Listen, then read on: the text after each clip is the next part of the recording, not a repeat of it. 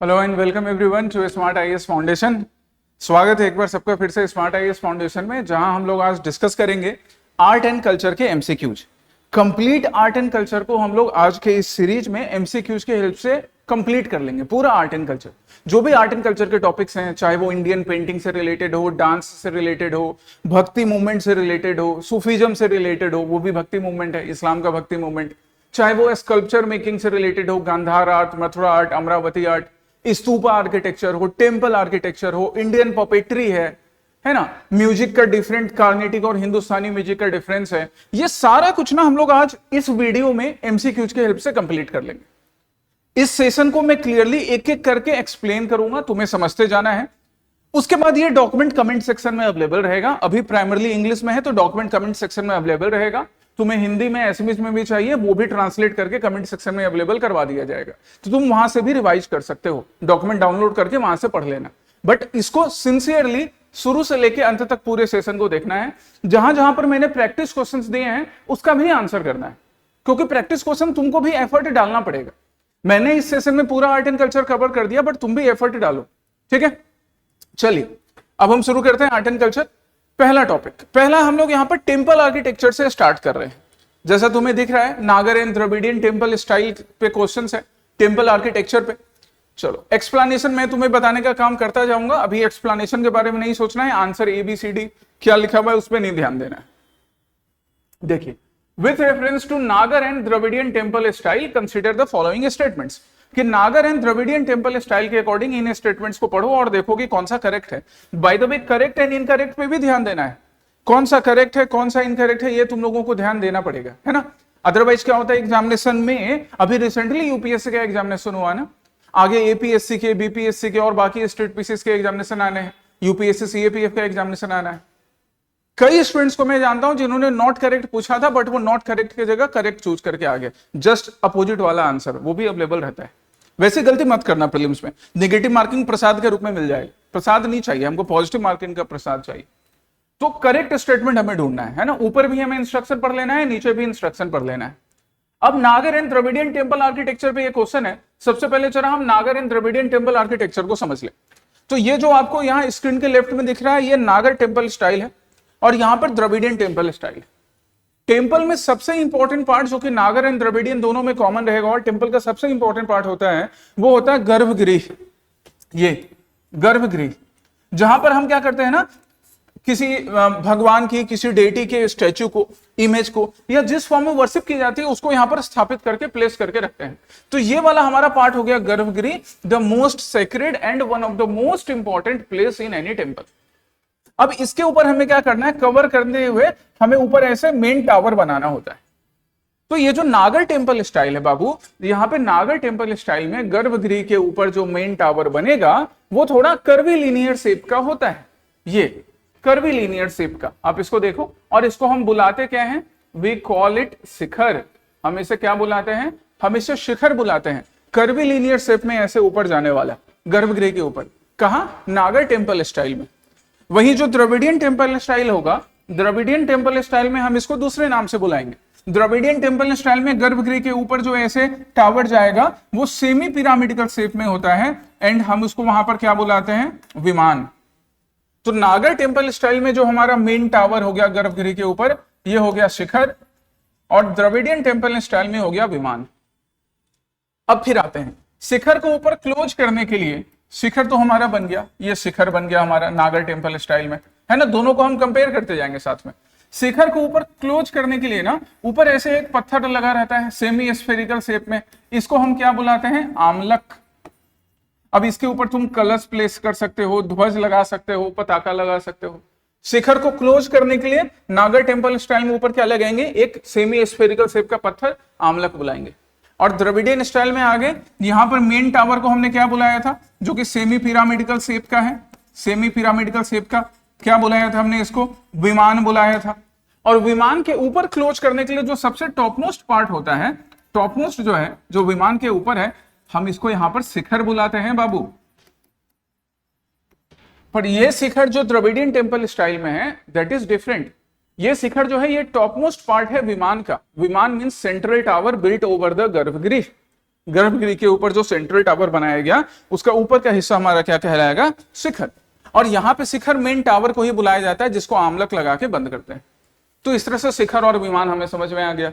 अब हम नीचे आते हैं, नीचे वापस हम गर्भगृह में आएंगे तो ये जो नागर टेम्पल स्टाइल है ना, यहां से एक वो है ना, एक कहानी है, तुमने सुना होगा दादी नानी से अपने घरों में, कि एक बार सभी देवताओं में ये बहस छिड़ गई कि पहले किसकी पूजा होगी। तो सब गए भगवान शिव के पास। भगवान शिव ने बोला कि ये तीनों लोगों की जो परिक्रमा करके पहले आएगा उसी की पूजा सबसे पहले होगी। वो चेक कर रहे थे सबका प्रेजेंस ऑफ माइंड, इंटेलिजेंस। अब सब तो निकल पड़े अपने वाहन पर। भगवान गणेश बेचारे मूसक की सवारी करने वाले, उन्होंने सोचा मैं कहां। तब उन्होंने अपनी बुद्धि लगाई और बुद्धि का प्रमाण दिया। क्या प्रमाण दिया? भगवान गणेश ने भगवान शिव और माता पार्वती के ही चक्कर लगा लिए, 3 परिक्रमा पूरी कर ली, 3-5 परिक्रमा जितनी करनी थी, और ये साबित कर दिया कि बुद्धि बड़ी होती है।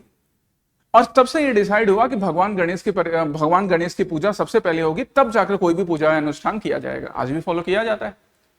तो ये जो परिक्रमा किया गया ना, या प्रदक्षिणा किया गया, उसका कल्चर हिंदुइज्म में टेम्पल्स में आज भी है। अब याद रखिएगा कि नागर टेम्पल जो होता है ना, नागर टेम्पल स्टाइल, यहां पे प्रदक्षिणा पथ मतलब कि प्रदक्षिणा लगाने के लिए जो जगह होती है, परिक्रमा लगाने के लिए जो जगह होती है, वो अलग से नहीं बनी होती है। सेपरेट प्रदक्षिणा पथ यहां पर नहीं एग्जिस्ट करता है। हाँ, ऐसा नहीं है कि नागर टेम्पल स्टाइल में आप प्रदक्षिणा नहीं करोगे तो आपको जो खाली जगह मिल गई आपने वहीं प्रदक्षिणा कर ली, या जो गर्भगृह के बाहर वाला एरिया है वहां पर भी कर लिया। नागर टेम्पल स्टाइल में सेपरेट प्रदक्षिणा पथ नहीं होता है। द्रविडियन टेम्पल स्टाइल में सेपरेट प्रदक्षिणा पथ होता है।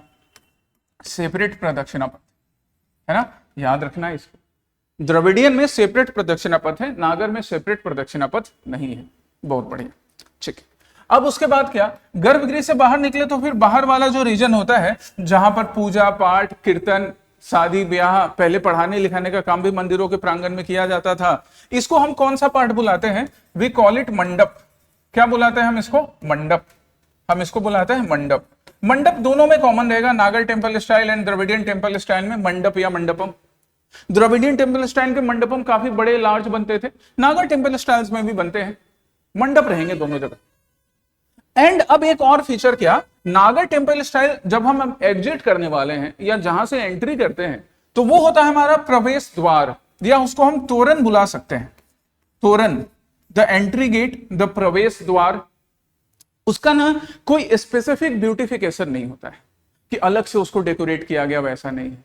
लेकिन द्रविडियन टेम्पल स्टाइल में वेरी इंपॉर्टेंट चीज, इस पर ध्यान दो, द्रविडियन टेम्पल स्टाइल में अलग से मेन एंट्रेंस बनाया जाता है जिसको हम गोपुरम बुलाते हैं, and it is heavily decorated. काफी ज्यादा डेकोरेशन गोपुरम का किया जाता है। नागर टेम्पल स्टाइल में तुम लोग आसपास अपने टेम्पल्स को देखना जो कि नागर टेम्पल स्टाइल के अकॉर्डिंग बने हैं, सिंपल शिखर वाले, सिंपल टावर वाले, उसमें ज्यादा डेकोरेशन एंट्रेंस पे नहीं होता है। लेकिन द्रविडियन स्टाइल वाले टेम्पल्स में, चाहे आप बालाजी टेम्पल देखिए या आप बृहदेश्वर टेम्पल देखिए, वहां पे एंट्रेंस में भी डेकोरेशन काफी होता है। इसको हम गोपुरम बुलाते हैं। इसके अलावा द्रविडियन टेम्पल का जो कॉम्प्लेक्स होता था ना, मंदिर का जो कॉम्प्लेक्स है, वहां पे कई जगह पर जल कुंड भी बनाया जाता था। नागर टेम्पल में नॉर्थ इंडिया में ये बनाने की जरूरत नहीं पड़ती थी क्योंकि यहाँ पे गंगा यमुना जैसे रिवर्स फ्लो कर ही रही। तो ये आपको बेसिक फीचर्स याद रखने हैं नागर और द्रविडियन टेम्पल स्टाइल के, है ना, बेसिक फीचर्स। अब हम इस पे क्वेश्चन करेंगे। अब इस क्वेश्चन पर आ जाइए। नागर एंड द्रविडियन टेम्पल स्टाइल का हमने डिफरेंस समझ लिया। अब हम इस क्वेश्चन पर आते हैं। तो क्वेश्चन क्या हमारा बोल रहा है, Nagar and Dravidian temple style से रिलेटेड। पहला statement, in the Nagar style the temple tower generally rises in curvilinear form and is called shikhara. सही बात है कि यहाँ पे जो टेम्पल टावर होता है वो कर्वीलिनियर फॉर्म में ग्रो करता है नागर स्टाइल में, और उसको हम बुलाते क्या है? शिखर। केयरफुली पढ़ना है statement. Second, in the Dravidian style the tower over the sanctum is generally pyramidical और सेमी पिरामिडिकल। पिरामिडिकल या सेमी पिरामिडिकल दोनों लिखा रहेगा, सही होगा। इज कॉल्ड विमान, ये भी सही है, अभी देखा हमने। Third, the presence of a large entrance gateway और gopuram is an essential feature of Nagar temple. यहां मिस्टेक हो गया बाबू। गोपुरम किसका फीचर है? नागर का नहीं। किसका फीचर है? द्रविडियन का, है ना। Fourth, the amalaka is commonly associated with the Nagar style. अभी मैंने बोला कि ऊपर शिखर को क्लोज जहां पर करते हैं वहां क्या हम बनाते हैं? आमलक, है ना।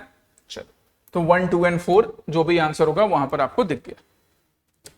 नेक्स्ट है वेसर स्टाइल ऑफ टेम्पल। अब देखो वेसर स्टाइल ऑफ टेम्पल क्या है। नागर स्टाइल ऑफ टेम्पल जो है, एन फॉर नागर, एन फॉर नॉर्थ, ये इंडिया के नॉर्दर्न पार्ट में था, और द्रविडियन स्टाइल ऑफ टेम्पल ये क्या हो गया, इंडिया के सदर्न पार्ट में है। अब इन दोनों का मिक्सचर जहां पर होगा ना, मतलब जो डेक्कन वाला पार्ट होगा, डेक्कन वाला पार्ट होगा, कर्नाटक वाला, आंध्र वाला कुछ पार्ट रहेगा, यहां पर ना नागर और द्रविडियन दोनों के कुछ फीचर्स दिखेंगे, थोड़ा रीजनल वेरिएशन भी दिखेगा। इसी को हम क्या बोलेंगे, वेसर, विसरन, वेसर स्टाइल, जिसमें नागर एंड द्रविडियन दोनों के फीचर दिख रहे हैं। तो पहला स्टेटमेंट क्या, it is developed mainly in the Deccan region. ठीक है भाई, डेक्कन रीजन, कर्नाटक वाला, आंध्रा वाला रीजन, वहां पर तेलंगाना वाला, करेक्ट है।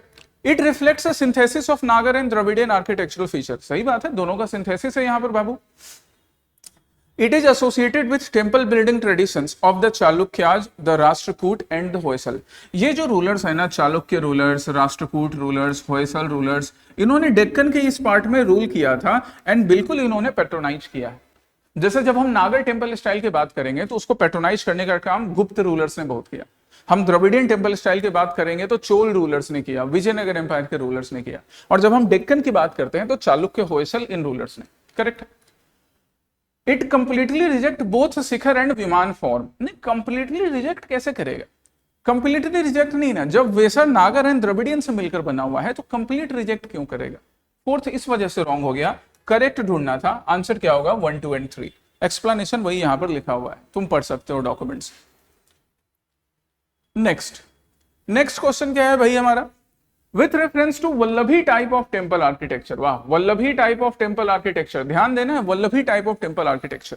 Vallabhi type of temple architecture ना आप इंडिया के वेस्टर्न पार्ट में, स्पेशली गुजरात और इसके अलावा बाकी और रीजन्स में भी आप काफी देखोगे। इसका एक यूनिक फीचर वल्लभी टाइप का देखो क्या रहता है, वल्लभी टाइप का, ये देखिए यहां पे मैं आपको और भी चीज समझा देता हूं, पूरा कंप्लीट टेम्पल आर्किटेक्चर हो जाएगा, जो भी आर्ट एंड कल्चर के टॉपिक करेंगे सब यहां से कवर हो जाएगा।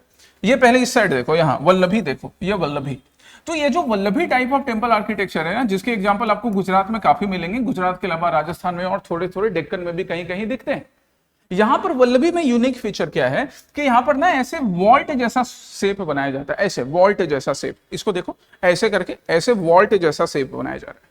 कहा जाता है कि ये जो शेप बनाने का डिजाइन है ना वॉल्ट जैसा, it was inspired from Buddhist stupas और अदर बुद्धिस्ट आर्किटेक्चर, कि बाकी बुद्धिस्ट आर्किटेक्चर या बुद्धिस्ट स्तूप से ये इंस्पायर है, ये भी ये चीज याद रखिएगा।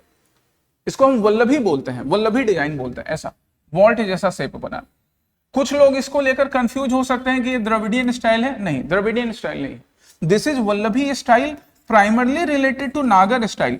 वल्लभी स्टाइल सिंस गुजरात वाले रीजन में पॉपुलर हो रहा है, वो नागर का ही एक वेरिएशन है, बस उसमें एक नया चीज क्या दिखाया, वॉल्ट जैसा ऐसे ऊपर शेप बना दिया। याद रहेगा वल्लभी। अब आओ क्वेश्चन पर, फिर ये दोनों आगे करवाएंगे तुम्हें।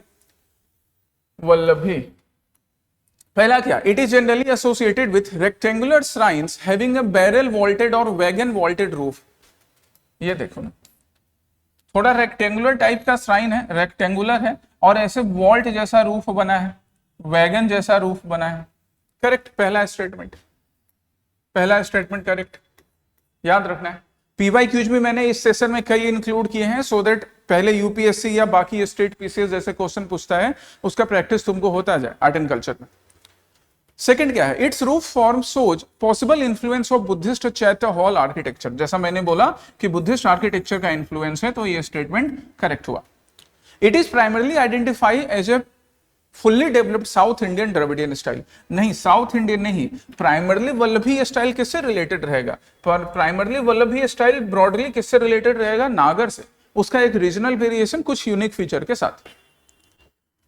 4, तेली का मंदिर एट ग्वालियर। याद रखना ऐसे क्वेश्चंस ना पूछे जाते हैं, अभी रिसेंटली एक एग्जामिनेशन में पूछा गया था, तेली का मंदिर कहां पर है, Gwalior, is often N example of Vallabhi style feature. तो गुजरात, मध्य प्रदेश, राजस्थान में आपको ये मिलेगा, ये स्टेटमेंट सही है। 1, 2 एंड 4 हमारा आंसर हो जाएगा, हमें करेक्ट ही ढूंढना था, वल्लभी याद रखेंगे। अब वल्लभी के साथ साथ देखो यहां पर दो और टाइप हैं, एक है लेटिना, ये लेटिना, या इसको हम रेखा प्रसाद भी बोलते हैं, और ये है फमसाना। क्या नाम है, फमसाना। ये दोनों एक्चुअली में क्या है ना, ये दोनों शिखर, जो नागर टेम्पल स्टाइल में मैंने तुमको शिखर बताया था, उसी के वेरिएशंस हैं। ये जो लेटिना है, या जिसको रेखा प्रसाद बोलते हैं, रेखा जी याद है, नहीं तो अपने पापा मम्मी से, मतलब अपने सीनियर से पूछना, उनको रेखा जी याद होंगी, अपने जवानी के फेवरेट मोस्ट पॉपुलर एक्ट्रेस में से एक है ना, रेखा जी। एक बड़ी अच्छी मूवी थी ना रेखा जी की, क्या नाम था, सिलसिला, और भी कई अच्छी मूवीज थी। तो रेखा जो है हिंदी का एक शब्द है ना, रेखा मतलब स्ट्रेट लाइन को हम रेखा बोल रहे हैं, रेखा, सीधी रेखा, रेखा। तो ये जो रेखा प्रसाद स्टाइल है या लैटिना शिखर है, यहां पर जो गर्भगिरी के ऊपर शिखर बनेगा ना, वो सिंपल होता है, सिंपल कर्व जैसा है, ऐसे ज्यादा कर्वी लीनियर, ऐसे मुड़ा उड़ा नहीं, सिंपल ऐसे कर्व बनेगा। ये लैटिना स्टाइल हो गया, सिंपल कर्व, सिंपल सिंपल ऐसे कर्व बनाएंगे, यहाँ पे कोई ज्यादा डिजाइन नहीं है। ये देखो सिंपल ऐसे कर्व बनाया। आप अपने गली मोहल्ले में छोटा जो पास में टेम्पल होगा, आप उसका शिखर देखिएगा गर्भगिरी के ऊपर बना हुआ, जनरली यही रेखा प्रसाद स्टाइल फॉलो करते हैं, लैटिना स्टाइल फॉलो करते हैं।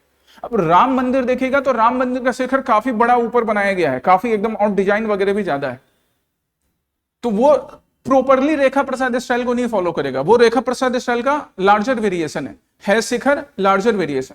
और दूसरा हो गया फमसाना। फमसाना और रेखा प्रसाद में तुमको क्या चीज दिख रहा है कि इसका ये जो शिखर वाला पार्ट है ना, है ये भी सिंपल नेचर का, ये थोड़ा ट्रंकेटेड है। ट्रंकेटेड कहने का मतलब सिंपली बोले तो क्या है, थोड़ा शॉर्टर है एज कंपेयर टू रेखा प्रसाद, इसको हम बोलेंगे फमसाना। इसको शिखर जो गर्भगृह के ऊपर है उसको बनाने के लिए भी यूज किया जाता था। एंड मेनली जो मंडप वाला पार्ट होता है ना बाबू, अभी जो मैंने बताया कि गर्भगृह के बाहर मंडप वाला पार्ट, जहां पर कीर्तन हो रहा है, जहां पर आरती हो रही है, जहां पे बच्चन साहब आकर बोलेंगे खुश तो बहुत हो गए तुम आज, वो वाला डायलॉग, ये सब मंडप वाला पार्ट, ठीक है, शादी ब्याह हो रहा है, तो ये मंडप के ऊपर जो हम सिंपल काइंड ऑफ शिखर बनाएंगे, हम इसको क्या बोलेंगे, फमसाना, है ना। थोड़ा इसका शेप कम होगा, ट्रंकेटेड रहेगा, मेन शिखर से इसका फमसाना स्टाइल शिखर का जो साइज है वो कम रहेगा, शॉर्ट रहेगा, याद रखिएगा। और वल्लभी स्टाइल यहाँ पे वॉल्टेड रूफ का होता है। ये तो रेखा प्रसाद या लैटिना, फमसाना एंड वल्लभी। चलिए हमारा ये क्वेश्चन तो हो चुका था, हम नेक्स्ट क्वेश्चन पर चले। हाँ, with reference to the sub types of Nagar temple architecture, देखो आ गया पहला क्या है, Rekha Prasad generally refers to a temple with a curvilinear shikhara rising vertically over the garbhagriha, एकदम सही है, सिंपल कर्वी लीनियर शेप रहेगा। फमसाना टेम्पल जनरली है broader shorter pyramidical roof made of several slabs और टायर्स, सही है, शॉर्टर रहता है। यहां पर पिरामिडिकल रूफ है, तो इससे ये मत कंफ्यूज होना कि सर ये द्रविडियन स्टाइल का होगा। पिरामिडल कहने का मतलब क्या हुआ, पिरामिडल कहने का मतलब कि ये देखो थोड़ा सा हल्का सा शेप बनता है ना पिरामिड वाला, मतलब ये पहले बड़ा पत्थर है फिर छोटा फिर छोटा, राइट, इसलिए वैसा लिखा जाता है। दोनों स्टेटमेंट करेक्ट है। Third, Vallabhi temples usually have a rectangular plan with a barrel vaulted और वैगन शेप्ड रूफ, अभी तुमको दिखाया था वल्लभी का। Phamsana type is usually generally used only for the main sanctum and never for mandapas, नहीं ऐसा नहीं है, फमसाना को तो मेनली मंडपाज में ही ज्यादा यूज किया जाता था, बाकी मेन सेंक्टम में भी यूज कर सकते हैं, वैसा कोई रिस्ट्रिक्शन नहीं था। समझ रहे हो, जहां कहीं दिक्कत हो कमेंट सेक्शन में बताना भी है, ठीक है। नेक्स्ट क्या है हमारा, एक पेयर है और उसको मैच करना है, मतलब यहाँ पे कुछ टेम्पल्स के नाम दे रखे हैं उनके प्लेसेस के साथ साथ, और वो कौन से डिजाइन का है वो करना है, ठीक है। देखिए कौन से स्टाइल का है, तो कांद्रीय महादेव टेम्पल खजुराहो का, इसके सामने क्या है नागर, yes it is a correct match, नागर स्टाइल का है। बृहदेश्वर टेम्पल थंजावुर, चोल रूलर्स ने बनवाया था, बृहदेश्वर है ना, राज चोल ने बृहदेश्वर या राजेश्वर टेम्पल, फिर उसके बेटे ने भी बनवाया था। बृहदेश्वर टेम्पल है गंगई कोंड चोलपुरम, तंजौर के ही पास में, द्रविडियन स्टाइल, करेक्ट है। होयसलेश्वर टेम्पल हालेबिडु, ये वेसर या होयसल स्टाइल का है, एकदम करेक्ट है, याद रखेंगे इसको। सोर टेम्पल महाबलीपुरम, नागर स्टाइल, नहीं, सोर टेम्पल जो है महाबलीपुरम का वो द्रविडियन स्टाइल का एग्जाम्पल है, महाबलीपुरम का सोर, ठीक है। तो ये ना एग्जामिनेशन में रिसेंट में क्वेश्चंस आए थे, 3-4 टेम्पल आपको नाम दे देंगे और सामने उसका स्टाइल दे देगा मैच करने के लिए। और भी ऐसे जब भी तुम्हें कोई टेम्पल का डिजाइन मिले न्यूज में या कहीं पर भी, आपको उसको मैच करने सीखना है।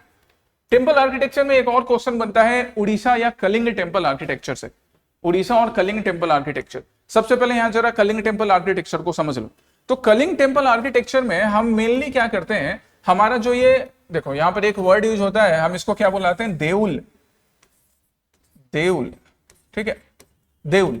तो देउल एक्चुअली में क्या होता है ना, अभी तक हम जो टावर को, सेंट्रल टावर को शिखर बुला रहे थे नागर टेम्पल स्टाइल में, कलिंगा आर्किटेक्चर भी नागर का ही वेरिएशन है ना, ईस्टर्न पार्ट में, द्रविडियन का नहीं, किसका वेरिएशन, नागर का।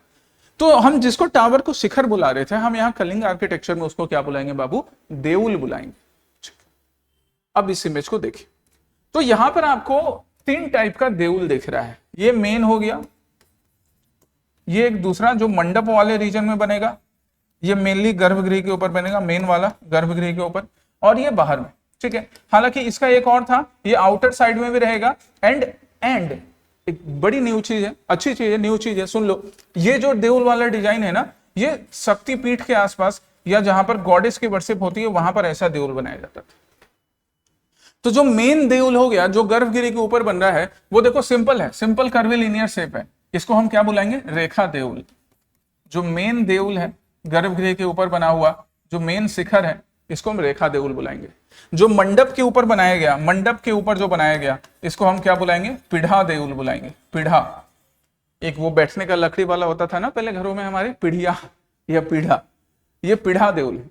और खाखरा देउल हो गया, ये आउटर साइड में रहेगा एंड स्पेशली कहां रहेगा, जहां पे शक्ति की वर्शिप हो रही है, खाखरा देउल, ये खाखरा देउल। ये थोड़ा वही ट्रंकेटेड रूफ होगा, वॉल्ट वाले शेप में, खाखरा देउल, ठीक है। तो ये कलिंग आर्किटेक्चर में आपको रेखा देउल मेन गर्भगृह के ऊपर, पीढ़ा देउल मंडप के ऊपर and khakhra Deul outer part में या जहां शक्ति की वर्शिप हो रही है वहां बनाई जाएगी। अब इस क्वेश्चन को करो, the sanctum tower is generally called deul, correct है बाबू। और ऐसे ही प्रीलिम्स में क्वेश्चंस आएंगे, इसलिए इस सेशन को अच्छे से करके जाना प्रीलिम्स एग्जाम देने से पहले। The assembly hall in front of the sanctum is commonly called Jagmohan. हाँ, ये देखो एक नया चीज मालूम पड़ा ना, क्वेश्चन इसलिए बनाना चाहिए एग्जाम देने से पहले, मेंस के पहले मेंस का क्वेश्चन प्रैक्टिस करना है, प्रीलिम्स के पहले प्रीलिम्स का। क्या लिखा है, assembly hall in front of the sanctum, मतलब सैंक्टम कहने का मतलब गर्भगृह, कि गर्भगृह के बाहर का जो असेंबली हॉल होता है, जिसको हम अभी तक क्या बुला रहे थे, मंडप बुला रहे थे, हम उसको यहाँ पे ओडिया, उड़ीसा या कलिंग टेम्पल स्टाइल में किस नाम से बुलाएंगे, जगमोहन के नाम से। ये जो मंडप बुला रहे थे हम नागर स्टाइल में, उसी का हम रीजनल वेरिएशन यहाँ पे किस नाम से बुलाएंगे, जगमोहन। तो हमारा पीढ़ा देउल जगमोहन के ऊपर बन गया। जगमोहन वैसे इंसान का नाम भी होता है, लोगों का नाम भी है। 1 and 2 करेक्ट। थर्ड क्या है, in Odisha temples the sanctum is often the rekha deul type while the jagamohan commonly has a pidha deul form. सही है, अभी हमको देखा कि भाई जो इनर सैंक्टम है वो रेखा देउल है और जो मंडप है वो जगमोहन टाइप का पीढ़ा देउल है। थर्ड भी correct. Fourth, Lingaraj temple, Mukteshwar temple and Konark sun temple are important examples of Odisha temple tradition. सही बात है, ये सारे ओडिशा टेम्पल ट्रेडिशन के ही एग्जांपल्स हैं। एक और क्वेश्चन टेम्पल आर्किटेक्चर से, उड़िया टेम्पल आर्किटेक्चर से, कलिंग टेम्पल आर्किटेक्चर से ही, खाखरा देउल के बारे में। It is generally associated with an oblong plan and a barrel vaulted roof. वही जो वल्लभी वाला स्टाइल था ना, थोड़ा वैसा ही डिजाइन का होता है, देखा ना, ऐसे मुड़ के, राइट, करेक्ट। सेकंड स्टेटमेंट क्या, it is often linked with temples dedicated to female deities और शक्ति फॉर्म। अभी मैंने बताया कि जहां शक्ति की वर्शिप होती है वहां पर ऐसे हम वॉल्टेड फॉर्म में क्या बनाते हैं, खाखरा देउल बनाते हैं। खाखरा देउल गुजरात में डिश भी होती है ना, खाखरा, ये खाने वाला खाखरा नहीं है, ये देउल का टाइप है, जहां पर शक्ति की वर्शिप हो रही है वहां पर हम खाखरा देउल बना रहे हैं। Vaital deul at Bhubaneswar is an example of this type. ये एक फैक्ट है जिसको आपको याद रखना है कि कि वैचल देउल जो भुवनेश्वर में है वो खाखरा देउल का एक एग्जाम्पल है। Fourth, it is identical to the Dravidian vimana. नहीं, द्रविडियन विमान से नहीं है, मैंने तुमको पहले भी बताया कि जो कलिंग आर्किटेक्चर है वो किसके सिमिलर मानी जाएगी, किसका मेन पार्ट माना जाएगा, नागर का, द्रविडियन का नहीं।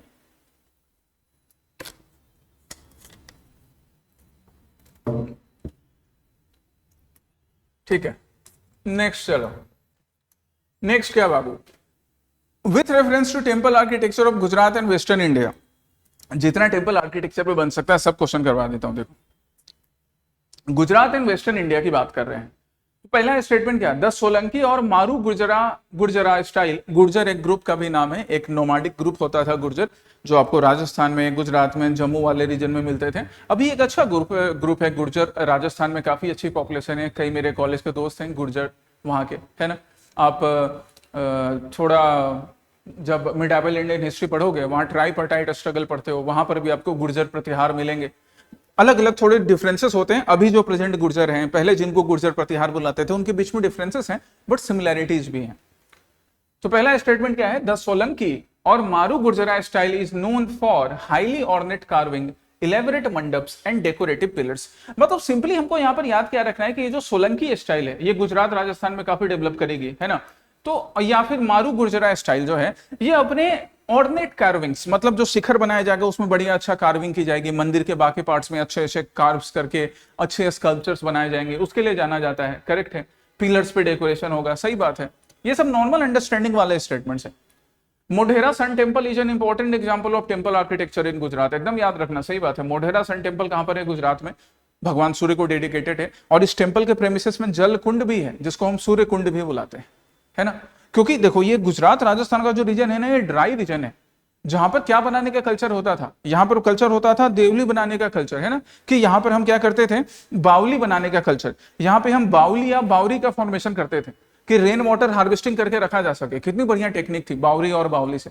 एक्सेस वाटर जो होगा वो बावली में पानी इकट्ठा होकर सेव हो जाएगा, तो करेक्ट है। Third, the presence of a stepped tank और water structure is associated with the temple complex at Modhera, correct है ना। पूरा स्टेटमेंट पढ़ना है, बीच में पढ़ के आंसर पे नहीं पहुंच जाना। फोर्थ क्या है? Gujarat temple architecture is purely Dravidian. Again Gujarat temple architecture Dravidian नहीं रहेगा, राइट। ये नागर टेंपल आर्किटेक्चर का वेस्टर्न वेरिएशन। और यहां पर बाबू नॉट करेक्ट पूछ रहा है, करेक्ट 1, 2 एंड 3 था, गलती से बी मत चूज करके आ जाना, है ना। चूज क्या करना है? सी, 4 ओनली। तो ये सारी चीजें तुमको अपने एग्जामिनेशन में बहुत ध्यान रखनी है, करेक्ट नॉट करेक्ट पूरा स्टेटमेंट पढ़ना है, ठीक है। नेक्स्ट क्वेश्चन क्या है? नेक्स्ट क्वेश्चन है कामाख्या टेम्पल स्टाइल। अभी अंबुबाची मेला भी चल रहा है मां कामाख्या टेम्पल प्रीमिसेस में, है ना। चलिए पहला स्टेटमेंट क्या? Kamakhya temple at Nilachal hill is an important example of Assam's regional temple tradition. सही बात है कि कामाख्या टेम्पल जो है, जो शक्तिपीठ है, वो आसाम के रीजनल जो वेरिएशंस है इंडिया में, जैसे हमने गुजरात में रीजनल वेरिएशन देखा, थोड़ा वल्लभी स्टाइल का रीजनल वेरिएशन देखा, ओडिशा का देखा, उसी तरह से बंगाल आसाम में भी थोड़े रीजनल वेरिएशंस होंगे। इनको हम सैरासिनिक स्टाइल भी बुलाएंगे। यहाँ पे इंडियन फॉर्म और जो इस्लामिक आर्ट फॉर्म था दोनों मिलेगा। देखो कैसे, अभी मैं तुम्हें कामाख्या टेम्पल दिखाता हूं, जो दर्शन करने गए उन्हें तो मालूम ही है। ये देखिए कामाख्या टेम्पल में ये जो मेन पार्ट है ना, इसके नीचे ही यहाँ पर गर्भगृह है, और गर्भगृह के ऊपर ये जो शिखर बना हुआ है इसको हम शिखर ही बुलाएंगे। बस ये शिखर किस फॉर्म का हम बुलाएंगे? ये सैरासिनिक फॉर्म है ना, सैरासिनिक फॉर्म है, जिसमें इंडियन प्लस इस्लामिक आर्किटेक्चर के फीचर्स आपको दिखेंगे। सैरासिनिक फॉर्म ये, क्योंकि यहाँ पे जो शिखर है ना वो सिंपल नहीं है, वो ऐसे इलोंगेटेड शिखर है ना, ऐसे इलोंगेटेड शिखर। बाकी इधर ये तो फिर मंडप वाला पार्ट हो गया। यहाँ पर ये देखो एक वॉल्टेड रूप बनाया जाता है, ये बंगाल से आया, ये जो डिजाइन है ये बंगाल से आती है। पहले ये बैम्बू से बनाए जाते थे, ग्रास से बनाई जाती थी, है ना, बैम्बू से, ग्रास से, खर से, इन सब से बनाया जाता था कि पानी गिरे और फिसल के निकल जाए। ये सब रीजनल वेरिएशन है, ठीक है। सैरासिनिक भी समझ में आ गया। सेकंड स्टेटमेंट क्या? The Nilachal style shows a regional synthesis including a beehive like dome. वो जो हमने ऐसा दिखाया था ना, बड़ा सा जो डोम था, जो शिखर था, सैरासिनिक जिसको बोल रहे हैं, उसको बी हाइव लाइक डोम भी बोला जाता है, करेक्ट।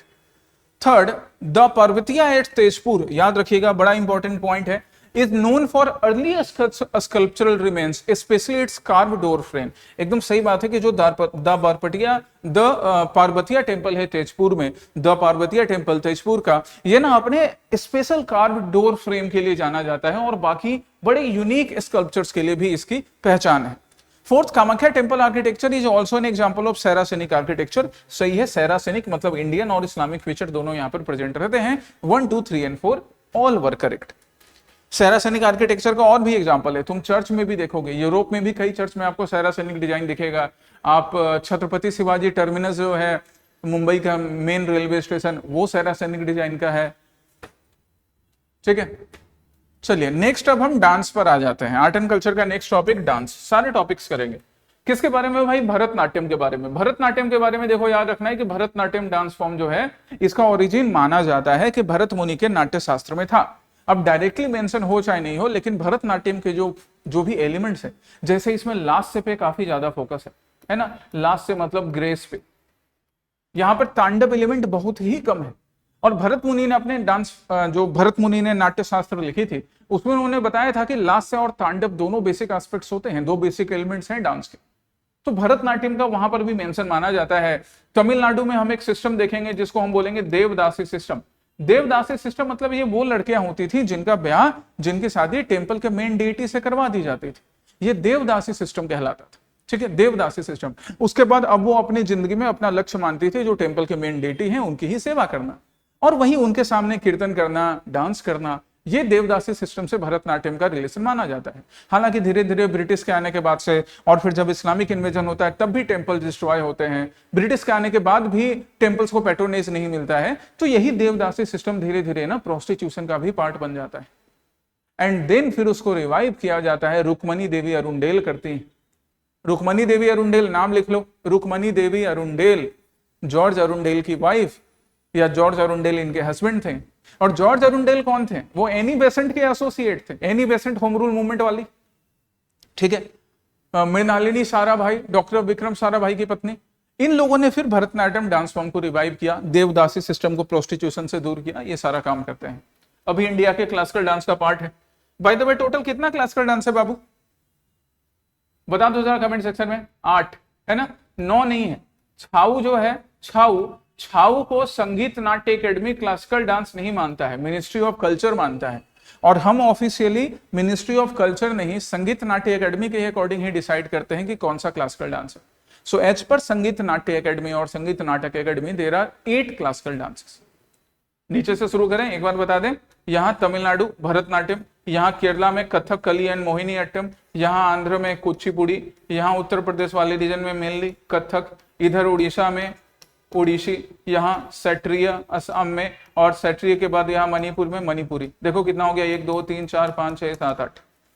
तो ऐसे मैप के अकॉर्डिंग याद रखना, हमेशा याद रहेगा, कभी नहीं भूलोगे।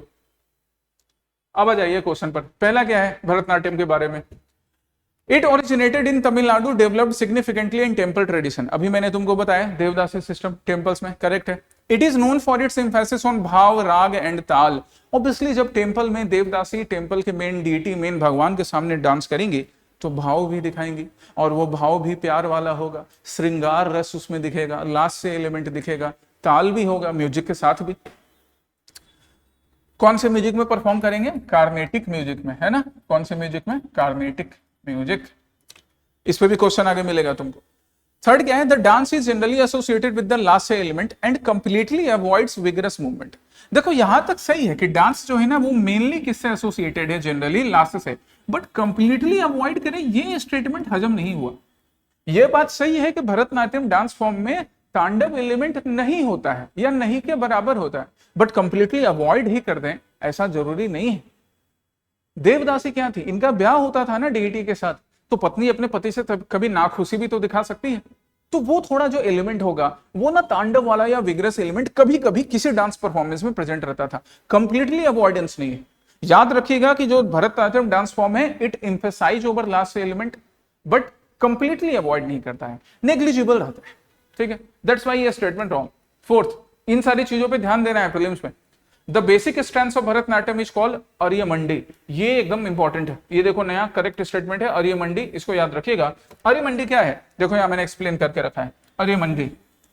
आर्यमंडी is one of the part of Bharatanatyam dance performance, जहां पे हाफ सीटिंग पोस्चर में, मतलब डांस परफॉर्म करने के टाइम में आधा बैठना होता है, आधा अपने नीच पर, अपने पांव पर प्रेशर डालकर, इसी को हम क्या बोलते हैं? आर्यमंडी बोलते हैं। This was asked in examination, याद रखिएगा अपकमिंग एग्जामिनेशंस के लिए भी। आंसर क्या होगा वो तुम देख लो, 1 2 एंड 4। चलिए, अच्छा मैं म्यूजिक की बात कर रहा था, तो देखो इंडियन म्यूजिक को हम 2 पार्ट में डिवाइड करेंगे बाबू। म्यूजिक के ऊपर भी आगे क्वेश्चन है, बट फिर भी अभी सुन लो। इंडियन म्यूजिक को हम 2 पार्ट में मेनली डिवाइड करेंगे। एक जो इंडिया के नॉर्दर्न पार्ट में रहेगा, हम इसको क्या बुलाएंगे? हम इसको बुलाएंगे हिंदुस्तानी म्यूजिक। क्या बुलाएंगे? हिंदुस्तानी। और जो इंडिया के सदर्न पार्ट में रहेगा, हम इसको बुलाएंगे द्रविडियन म्यूजिक। हिंदुस्तानी म्यूजिक जो है इसमें काफी ज्यादा न्यू एलिमेंट्स ऐड हुए हैं, मतलब ये कंप्लीटली इंडिजीनियस नहीं रहा, क्योंकि कभी भाई जैसे दिल्ली सल्तनत के सुल्तान आते हैं, कभी मुगल्स आते हैं, तो Indian indigenous element, Islamic element सब मिक्स होते गया, इसलिए यहाँ पे फ्लेक्सिबिलिटी ज्यादा है हिंदुस्तानी म्यूजिक में। इसलिए यहाँ पे घराना का भी फॉर्मेशन है, मतलब सपोज एक डांस के गुरु थे, एक टीचर थे, और फिर उसके बाद किसी वजह से उन्होंने अपना एक नया स्कूल, अपना एक नया फैमिली स्टार्ट कर लिया कि आज से मेरे ये शिष्य होंगे कुछ नए एलिमेंट्स के साथ। उनको हम क्या कहेंगे? घराना। जैसे लखनऊ घराना, जयपुर घराना, बनारस घराना। और ये जो सदर्न पार्ट ऑफ इंडिया में जो द्रविडियन म्यूजिक है, यहाँ पर एक्सटर्नल जो इन्फ्लुएंस था वो नहीं के बराबर रहा, इसलिए ये ना इंडिजीनियस रह गया। यहाँ पर वेरिएशंस अलाउड नहीं होते हैं, ठीक है, वेरिएशंस नहीं होते हैं। और यहाँ पर कोई घराना भी हमको नहीं मिलता है। भरतनाट्यम डांस फॉर्म कौन से म्यूजिक पे परफॉर्म किया जाएगा? कार्नेटिक पर, है ना, Dravidian Carnatic music, right, Dravidian and Carnatic music, Carnatic भी लिख लो, द्रविडियन एंड कार्नेटिक म्यूजिक। तो भरतनाट्यम डांस फॉर्म किस पर परफॉर्म किया जाएगा? कार्नेटिक या द्रविडियन म्यूजिक पर। यहाँ पर कोई घराना नहीं बनता है। और जो कथक डांस फॉर्म है, जो कथक है, क्लासिकल डांस फॉर्म कथक, वो किस पर परफॉर्म किया जाएगा? नॉर्दर्न या हिंदुस्तानी म्यूजिक पर। जब म्यूजिक में घराना है तो कथक डांस में भी घराना है, ठीक है। अभी एक बड़ी अच्छी वेब सीरीज आई थी ना, क्या नाम था उसका? बंदिश बैंडिट, ये नाम था शायद, बंदिश बैंडिट। उसमें भी अलग अलग घराना था ना, ये राठौर घराना, ये घराना, वैसे करके। तो वो सब नॉर्दर्न हिंदुस्तानी म्यूजिक के पार्ट थे, याद रखना इस पे, क्वेश्चन भी आगे करेंगे। चलो, तो with reference to Kathak and Kathakali, Kathak originated as a story telling tradition in northern India. बिल्कुल सही। कथक में देखिए क्या है, यहाँ पर एक वर्ड है कथा, और कथा का मतलब होता है कहानी, मतलब स्टोरी। तो स्टोरी टेलिंग ट्रेडिशन कथक में प्रेजेंट रहता है, correct. Second, Kathak is associated with gharanas such as Jaipur, Banaras, Lucknow. अभी मैंने समझाया घराना, अलग अलग गुरु का अपना अपना फैमिली, अपनी स्कूल।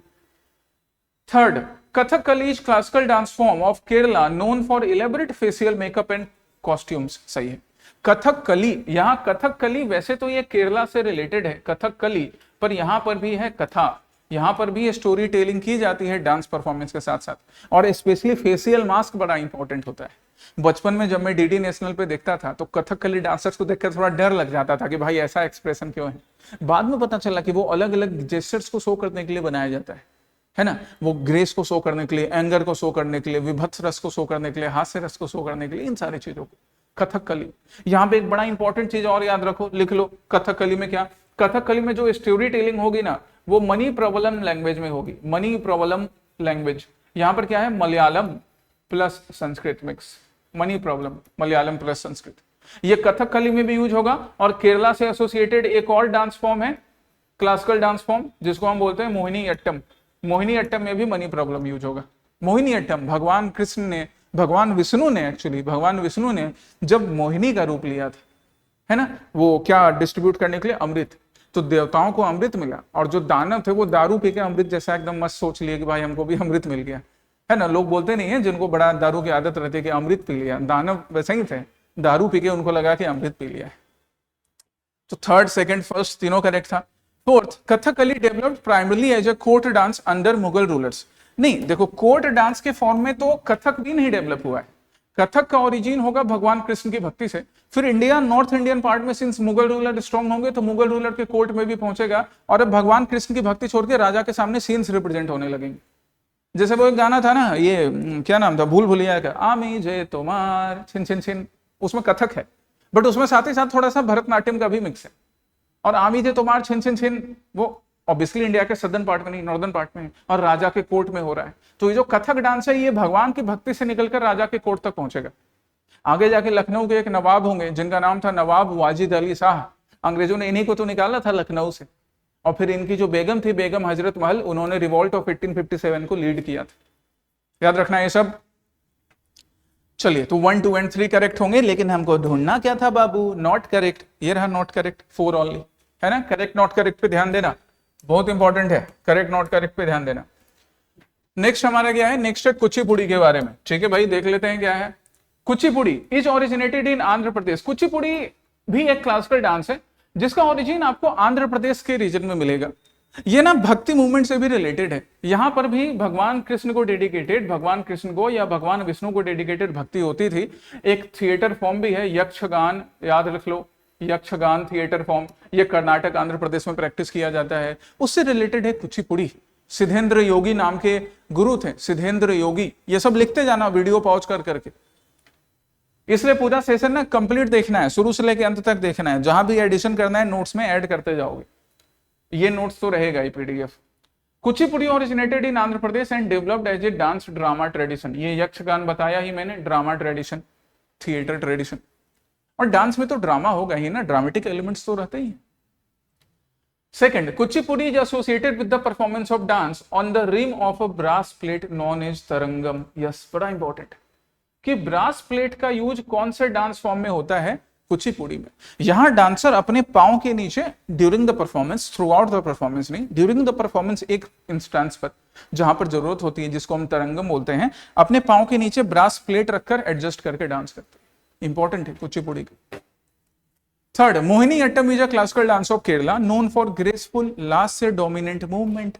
बिल्कुल, जब भगवान कृष्ण मोहिनी का रूप लेकर आए थे, वो माधुरी दीक्षित जी का भी एक गाना है ना तेजाब का, जिसमें सब लोग चिल्लाते रहते हैं मोहिनी मोहिनी, तो मोहिनी जो कि मन को मोह ले, तो ये मोहिनी यट्टम जो है केरला का, वो उसमें ग्रेस दिखेगा, लास्ट से दिखेगा, मन को मोह लिया जाएगा ये डांस। भगवान विष्णु ने भी वैसा ही किया था, ऐसा मन को मोहा के दानवों को दारू भी अमृत लगने लग गई। Fourth, Mohini attam is traditionally performed with heavy mask and exaggerated painting like Kathakali. भाई मास्क लगाने की काहे जरूरत है? जब मोहिनी फॉर्म में डांस करना है तो मास्क काहे ही लगाएंगे बाबू? करेक्ट नहीं है, रॉन्ग था भाई। 1, 2 and 3। Next, Manipuri and Sattriya. Manipuri and Sattriya Bharat के उत्तर पूर्वी क्षेत्र में नॉर्थ ईस्टर्न इंडिया से रिलेटेड दो क्लासिकल डांसेस, दोनों के बारे में हम देखते हैं। Manipuri dance is associated with Vaishnavite themes, specially the Ras Lila of Radha and Krishna. बिल्कुल सही बात है, मणिपुरी डांस फॉर्म जो है ना, ये भी भगवान विष्णु भगवान कृष्ण की भक्ति से रिलेटेड है। इसको प्रमोट करने के लिए चैतन्य महाप्रभु का भी रोल बड़ा इंपॉर्टेंट है, याद रखेंगे। फिर उसके बाद गुरुदेव रविंद्रनाथ टैगोर ने मणिपुरी डांस फॉर्म को शांति निकेतन में इंक्लूड किया था और मणिपुरी और ज्यादा पॉपुलर हुआ। तो गुरुदेव रविंद्रनाथ टैगोर का भी नाम याद रखिएगा। Manipuri dance generally gives less emphasis to aggressive foot stamping compared to Bharatanatyam और कथक। देखो ये सही बात है कि मणिपुरी में ना पांव पर जो फुट मूवमेंट होता है उस पर कम ध्यान दिया जाता है। उसका रीजन क्या होता है? तुम गूगल पे सर्च करोगे इमेज, तो अभी सारा इमेज दिखाना पॉसिबल नहीं था एक सेशन में, तुम गूगल पे सर्च कर लेना मणिपुरी डांस फॉर्म, तो वहां पे तुम डांसर्स का देखोगे ना कि वो एक लंबा सा स्कर्ट पहनने का काम करते हैं जिससे पांव पूरा ढका रहता है।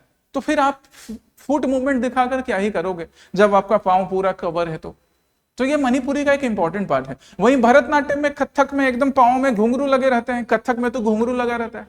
भरतनाट्यम में भी फुटवर्क बड़ा इंपॉर्टेंट होता है, तो वहां पर फुटवर्क दिखता है ना, फुट दिखता भी और फुटवर्क इंपॉर्टेंट भी होता है। कुचिपुड़ी में भी ब्रास प्लेट फुट के नीचे ही तो लगाएंगे, दिखना चाहिए, है कि नहीं? Satriya dance is associated with the Vaishnavite monastery of Assam known as सतराज। बिल्कुल, महापुरुष श्रीमंत शंकर देव जी ने सत्र की स्थापना की और यहां से जो डांस की शुरुआत होती है, जो ओरिजिन होती है, हम उसको सैट्रिय नाम से बुलाते हैं।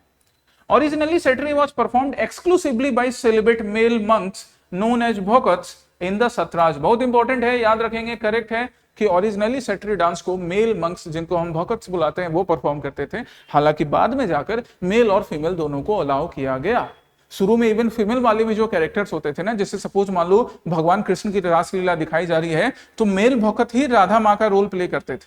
ठीक है, चलिए नेक्स्ट क्वेश्चन पर चले।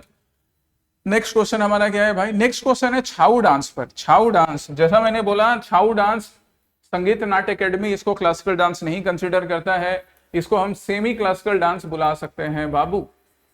कहीं कहीं पर इसको फोक डांस भी बुलाया जाता है। छाऊ डांस जो है ना, ये देखो इन रीजन में परफॉर्म किया जाता है। सरायकेला रीजन कहां हो गया भैया? झारखंड। ये सब मैंने लिख भी दिया है यहाँ पे, ये देखो सरायकेला झारखंड। फिर उसके बाद छाऊ डांस कहां?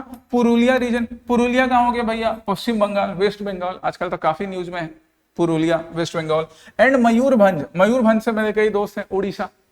तो सरायकेला झारखंड, पुरुलिया वेस्ट बंगाल एंड मयूरभंज उड़ीसा, इन तीनों जगह पर छाऊ डांस परफॉर्मेंस किया जाता है, एक semi classical folk dance. Correct, पहला करेक्ट था, दूसरा भी correct. It enacts themes from epics, folklores and nature and contains martial element. एकदम सही है कि फोकलोर्स जो दादी नानी के किस्से होते हैं, महाभारत रामायण की कहानियां होती हैं, गॉडेस काली से रिलेटेड कहानियां होती हैं, दुर्गा से रिलेटेड कहानियां होती हैं, सब परफॉर्म किया जाता है। All three major styles of Chhau use elaborate mask. नहीं, सारे के सारे छाऊ डांस में मास्क नहीं यूज करते हैं। कौन से वाले में नहीं यूज करते हैं? मयूरभंज वाले में। मयूरभंज उड़ीसा के छाऊ डांस में मास्क यूज नहीं होता है, याद रखोगे तुम्हें।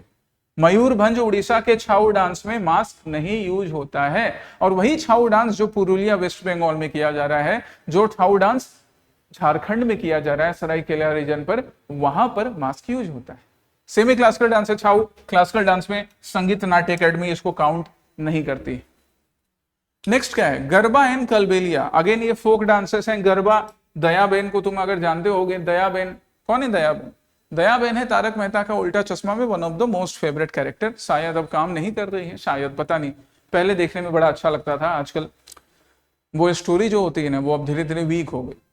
तो वो हमेशा गरबा करती थी, जब भी खुशी होती थी वो गरबा करना शुरू कर देती थी। इट मीन्स वो फोक डांस है, उसके लिए कोई कोड ऑफ कंडक्ट की जरूरत नहीं है। क्लासिकल डांस आप ऐसे ही नहीं कर सकते, उसका कोड ऑफ कंडक्ट है कि पाँव इतना उठना चाहिए, ऐसे होना चाहिए। गरबा में आपको जब मैंने गरबा कर लीजिए आप, है ना। ठीक। कलबेलिया, कलबेलिया एक फोक डांस है, प्रेफर मोस्ट इंपॉर्टेंटली कहाँ किया जाता है? मोस्ट पॉपुलरली राजस्थान में। ठीक है, तो पहला statement, garba of Gujarat was inscribed on UNESCO's representative list of intangible cultural heritage of humanity in 2023। Correct है गाइस, ये फैक्ट है, पहले भी पूछा गया है कि गरबा को यूनेस्को का जो लिस्ट है ना, इनटेंजिबल कल्चरल हेरिटेज, इनटेंजिबल ये ऑब्वियसली इसको छू तो नहीं सकते ना, डांस को देख ही सकते हैं दूर से परफॉर्मिंग आर्ट से, तो इनटेंजिबल कल्चरल हेरिटेज लिस्ट में 2023 में इंक्लूड किया गया था। Garba is traditionally perform during Navratri, ठीक है, बाकी ओकेजन पे भी कर सकते हैं। Kalbelia folk songs and dances are associated with Rajasthan Kalbelia community and reflect their traditional snake handling heritage. हाँ, कलबेलिया जो डांस परफॉर्मेंस होता है वो राजस्थान में कलबेलिया कम्युनिटी, एक सर्टेन कम्युनिटी है, वो करती है, और स्नेक लाइक कुछ मूवमेंट्स होते हैं डांस के। जो ड्रेस भी पहना जाता है वो थोड़ा ब्लैक कलर का होता है, और कहा जाता है इनकी ट्रेडिशन में स्नेक्स का काफी इंपॉर्टेंस होता था। जैसे भारत के कई हिस्सों में, बिहार में भी तुम देखोगे विषहरी पूजा होती है, और भी इंडिया में कई रीजन में, इंडिया के ईस्टर्न पार्ट में भी है, इंडिया के सदर्न पार्ट में भी स्नेक्स का रेफरेंस है। भगवान शेषनाग का तो रेफरेंस है ही ना हर जगह पर जहां पर भी विष्णु भगवान की पूजा होती है। तो कलबेलिया भी कुछ उसी तरह से सरपेंट लाइक मूवमेंट और स्नेक से रिलेटेड है। तीनों स्टेटमेंट करेक्ट है। पूछ रहा था हाउ मेनी आर करेक्ट, हम क्या चूज करेंगे? All three. नेक्स्ट हमारा क्या है? नेक्स्ट है, अच्छा, फिर से इंडिया और यूनेस्को से रिलेटेड, डांस से यूनेस्को से रिलेटेड। पहला क्या है? संकीर्तन ऑफ मणिपुर। अभी जो हमने मणिपुर का क्लासिकल डांस देखा था ना, क्या था? मणिपुरी। वहां पर संकीर्तन भी परफॉर्म किया जाता है मणिपुर में। संकीर्तन, चैतन्य महाप्रभु, भगवान विष्णु का, कृष्ण का नाम लेना, संकीर्तन। Combines singing, drumming and dancing in a Vaishnavite devotional context. सही है, संकीर्तन ऐसे ही तो किया जाता है, चाहे आप उसको कीर्तन बुलाओ चाहे संकीर्तन बुलाओ, एक ही बात है बाबू। Second, Muddiyettu is a ritual theatre and dance drama of Kerala based on the mythic battle between goddess Kali and Dharika. Correct है। अभी ये रिसेंटली पूछा गया था एक एग्जामिनेशन में कि मुड्डीएटू जो है ये एक रिचुअल थिएटर है या एक फोक डांस है जो कहाँ परफॉर्म किया जाता है? केरला में, जहाँ गॉडेस काली की लड़ाई को दिखाया जाता है कि गॉडेस काली और जो दरिका नाम का जो राक्षस था उनके बीच लड़ाई होती है। करेक्ट है, याद रखना इस fact. Third, Koodiyattam is a Sanskrit theatre tradition, मतलब ये आपका एक टाइप का फोक थिएटर हो जाएगा, है ना, ड्रामा हो जाएगा। Of Kerala performed historically in temple theatres. देखो ये भी सही है, कुट्टियट्टम भी कहाँ किया जाता है? केरला में। तो कुट्टियट्टम केरला एंड, और हमारा क्या था? मुड्डीएट्टू केरला। मुड्डीएट्टू एक फोक डांस हो गया, कुट्टियट्टम फोक थिएटर हो गया। फोक डांस में भी काउंट किया जा सकता है थिएटर को, टेम्पल्स में यूजुअली परफॉर्म किए जाते हैं केरला में। Fourth, Raman is a folk dance of Tamil Nadu. Raman Tamil Nadu का नहीं है, रमन जो है वो कहां से रिलेटेड है? उत्तराखंड हिमाचल वाले रीजन से, या कहें तो गढ़वाल हिमालय से। प्राइमरली उत्तराखंड से तुम उसको एसोसिएटेड मान सकते हो, हिमाचल में भी वैसे थोड़ा प्रैक्टिस किया जाता है। रमन वहां का अपना थिएटर परफॉर्मेंस हो गया। मतलब आज आपको देखो थिएटर परफॉर्मेंस में क्या मिला? रमन जो कि उत्तराखंड रीजन से, इंडिया का, यूके। कुट्टियट्टम ये एक टाइप का थिएटर हो गया केरला से। मुड्डीएटू ये थिएटर एंड फोक डांस दोनों हो गया केरला से। यक्षगान मैंने बताया था, यक्षगान कर्नाटक आंध्र प्रदेश से, और संकीर्तन ये मणिपुर से। ठीक है, नेक्स्ट क्या है? भक्ति मूवमेंट के बारे में हम बात करेंगे। भक्ति मूवमेंट, भगवान की वर्शिप करने के लिए किसी भी टाइप के रिचुअल करने की जरूरत नहीं है, बस उसके नाम को भजो, यही हो गया भक्ति। भगवान के नाम को भजना अर्थात भक्ति। चलिए पहला स्टेटमेंट क्या? Alvars were poet saints devoted mainly to Vishnu. Actually देखो भक्ति मूवमेंट की शुरुआत इंडिया के सदर्न पार्ट से होगी, जहां पे दो टाइप के हमको सेंट्स दिखेंगे। एक भगवान विष्णु का नाम लेने वाले, हम उनको बोलेंगे अलवार, जो भगवान विष्णु के नाम को भजेंगे, और एक भगवान शिव के नाम को लेने वाले, उनको हम बोलेंगे नयनार। इनके बारे में पढ़ेंगे। तो पहला करेक्ट है जी। Second, Nayanars were poet saints devoted mainly to Lord Shiva. Correct. Their devotional hymns were largely composed in Sanskrit and were meant only for elite rural class, elite ritual use. अब एक बात बताओ, जब भगवान के नाम को भजने की बात हो रही है और इसमें ऑर्थोडॉक्स तरीकों को नहीं यूज किया जाएगा, तो संस्कृत तो पहले से यूज होता ही था। अब ये जो भक्ति मूवमेंट के लीडर है, तुमको लगता है कि ये प्राइमरली संस्कृत यूज करेंगे? ये जो बाकी जो लिंग्विस्टिक लैंग्वेजेज होते थे जो उन रीजन्स में बोले जाते थे, जैसे तमिल, जैसे तेलुगु, जैसे असमीज, जैसे बांग्ला, जैसे ब्रजावली, इन लैंग्वेजेस को यूज करेंगे, है कि नहीं? तो रॉन्ग हो गया ये, है ना? दिमाग लगाना है, अपना कॉमन सेंस लगाना है। कॉमन सेंस पड़ोसी को देके नहीं जाना है एग्जामिनेशन में, अपना कॉमन सेंस अपने पास रखने का, बुझे?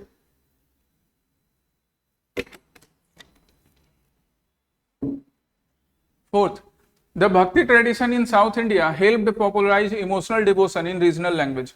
ठीक है, जब आप रीजनल लैंग्वेज में भगवान की भक्ति पॉपुलर करोगे तो ऑब्वियसली वो ज्यादा लोगों तक पहुंचेगा, पॉपुलर भी होगा। नेक्स्ट क्या है? नेक्स्ट क्वेश्चन ये था ना? हाँ, next question number 18। Question number 18 में नॉट करेक्ट ढूंढना है। देखो यहीं पे मेरे को दिख गया, तुमको भी ढूंढना है नॉट करेक्ट करेक्ट, इस पे ध्यान देना है। पहला क्या है? अलवार एंड नयनार ट्रेडिशन के बारे में। अलवार भगवान विष्णु की भक्ति करने वाले, नयनार भगवान शिव की भक्ति करने वाले। हाँ, पहला statement, Andal is regarded as the only female Alvar and her composition Tiruppavai Nachiyar Tirumozhi form part of the Nalayira Divya Prabandham. ये पूरा स्टेटमेंट ध्यान से पढ़ना है और याद रखिएगा कि ये जो अलवार सेंट्स थे ना, चाहे वो अलवार सेंट्स हो या नयनार सेंट्स हो, इन्होंने मेल एंड फीमेल दोनों को बराबरी का हक देने की बात की। इन्होंने कास्ट सिस्टम को रिजेक्ट किया, रिजिडिटी को रिजेक्ट किया। तो मेल सेंट तो मिलेंगे ही, फीमेल सेंट भी है, और अलवार में इकलौती एक ही फीमेल सेंट है जिनका नाम है Andal. So Andal is the only female saint in Alvar, भगवान विष्णु की भक्ति करने वाले, है ना, जिनके कंपोजिशंस, अलवार के जो कंपोजिशंस हैं, ये भी याद रखना, ये भी कई बार पूछा गया है। यहाँ इस एक स्टेटमेंट में दो क्वेश्चन बन गया। Alvar the only female, Andal the only female Alvar saint, A for Andal, A for Alvar, ऐसे याद रखेंगे। और जो अलवार का मेन कंपोजिशन है, हम उसको दिव्य प्रबंधम या नलियर दिव्य प्रबंधम के नाम से बुलाते हैं, और इसी नलियर दिव्य प्रबंधम में अंडल के भी राइटिंग्स हैं, ठीक है, जिनको हम किस नाम से बुला रहे थे? तिरुपवई नच्चियार। सेकंड क्या है? पहला करेक्ट था, Karaikal Ammaiyar is one of the female Nayanar saint and is associated with early Tamil Saiva devotional poetry Tevaram included in the Tirumurai tradition। अब जिस तरह से अलवार में फीमेल सेंट्स हैं, अलवार में एक ही फीमेल सेंट हो गई अंडल, नयनार में एक से ज्यादा फीमेल सेंट है। उनमें से एक पॉपुलर नाम किनका है? करईकल अमैयार का।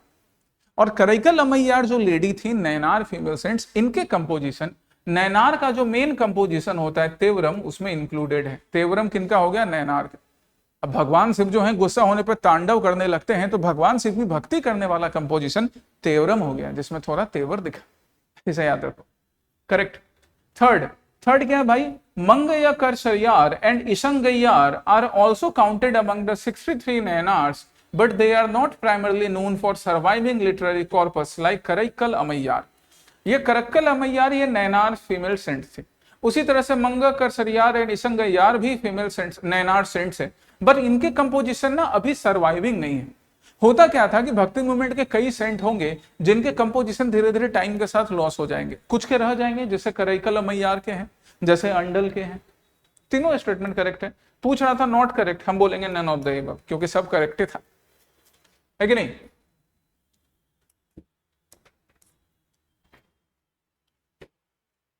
चलो नेक्स्ट क्या है बाबू? नेक्स्ट है भक्ति मूवमेंट का फिर से एक क्वेश्चन, द सगुण भक्ति। अब देखो भक्ति को फिर हम एक और पार्ट में डिवाइड करेंगे, सगुण एंड निर्गुण भक्ति।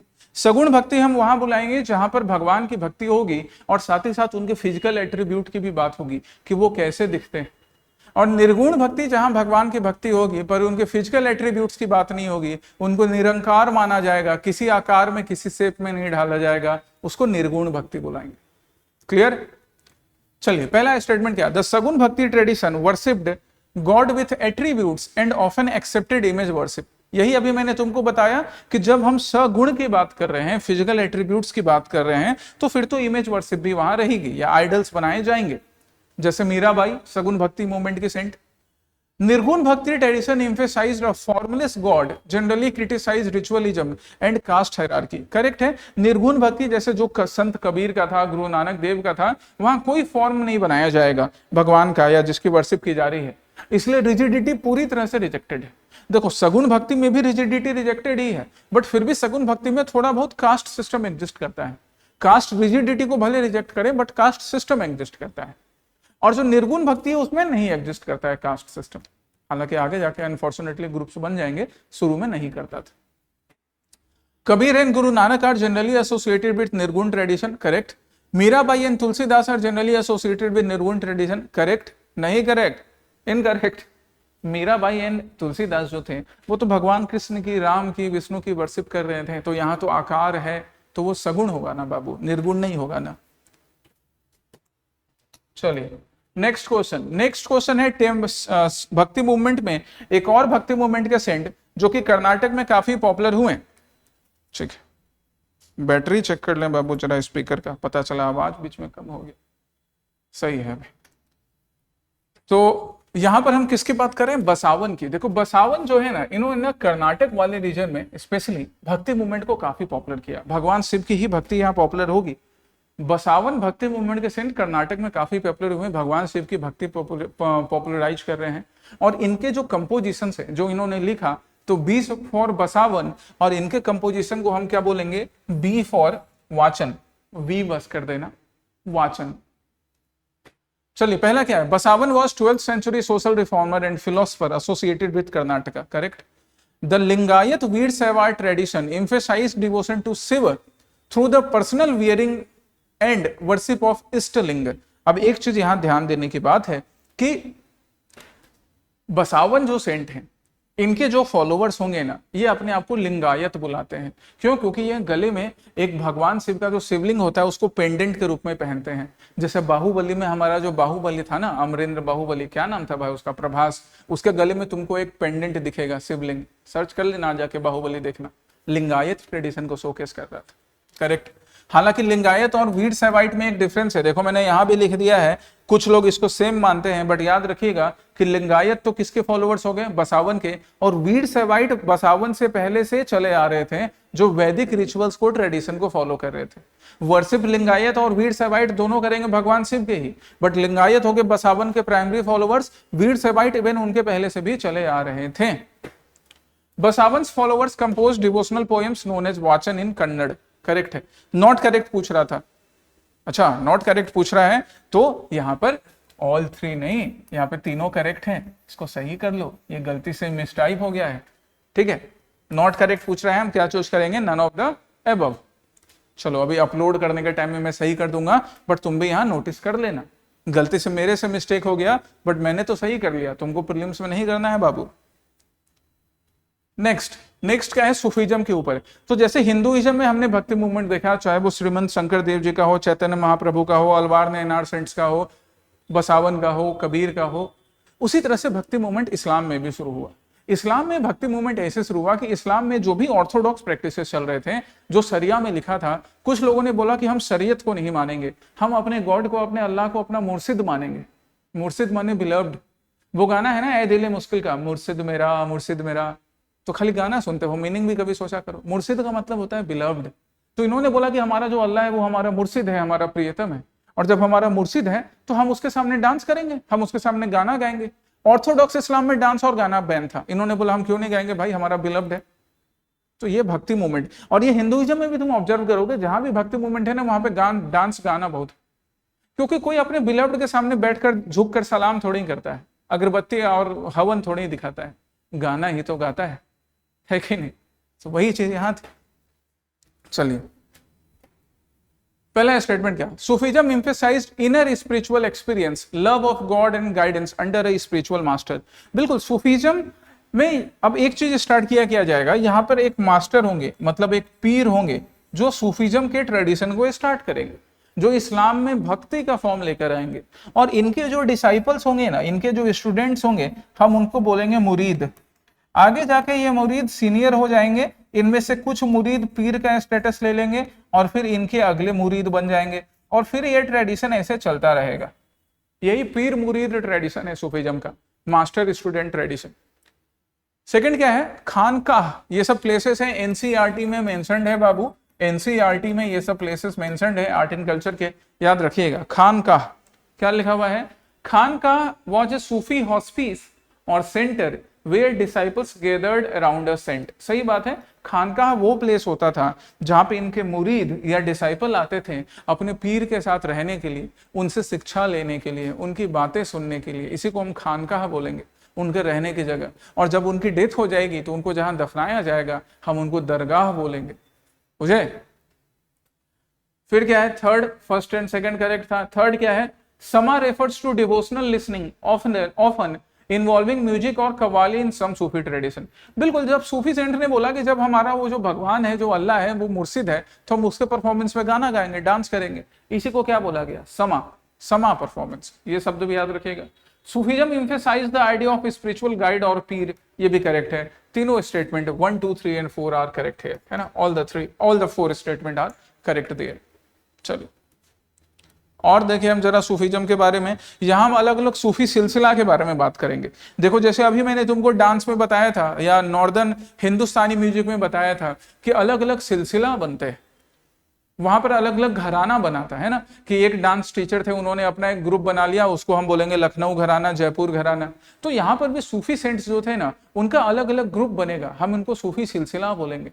उनके अलग अलग डिसाइपल्स बनेंगे, मुरीद बनेंगे अपने पीर के अकॉर्डिंग, तो अलग अलग सिलसिला के मुरीद कहलाएंगे। जैसे चिश्ती, सुहरावर्दी, कादरिया, नक्शबंदी। तो ये हमारे 4 मेन सिलसिला हो गए। अब इनके बीच का डिफरेंस हमको कैसे याद रखना है, तो ऐसे, ये जो मेन सिलसिला बनेंगे ये 2 ग्रुप के अकॉर्डिंग, बशारा एंड बेशारा। बशारा जो शरीयत को मानेंगे, बेशारा जो शरीयत को नहीं मानेंगे। सबसे पॉपुलर जो इंडिया में सिलसिला होगा वो है चिश्ती सिलसिला, और ये बेसारा वाले ग्रुप के होंगे। चिश्ती वाले कौन से ग्रुप के, बेसारा, मतलब ये शरीयत में जो भी ऑर्थोडॉक्स अगर बातें लिखी थी उसको रिजेक्ट कर देंगे। और बसारा वाले कुछ ऑर्थोडॉक्स प्रैक्टिसेस को भी फॉलो करेंगे, जैसे जैसे देखो हमारा जैसे क्या, नक्शबंदी। ये जो नक्शबंदी ग्रुप है यह बसारा वाला ग्रुप है। यहाँ पे ऑर्थोडॉक्सी थोड़ी बहुत प्रेजेंट थी अभी भी, हालांकि सूफीज्म है, भक्ति मूवमेंट है, फिर भी थोड़ा ऑर्थोडॉक्स एलिमेंट प्रेजेंट था शरीयत का। फिर उसके बाद और देखो सुहरावर्दी, सुहरावर्दी भी जो है ये भी बसारा ग्रुप का है, यहां पर भी थोड़ा बहुत ऑर्थोडॉक्सी प्रेजेंट था। जबकि चिश्ती सिलसिला जो है वो पूरी तरह से बेसारा है, मोस्ट लिबरल माना जाता है।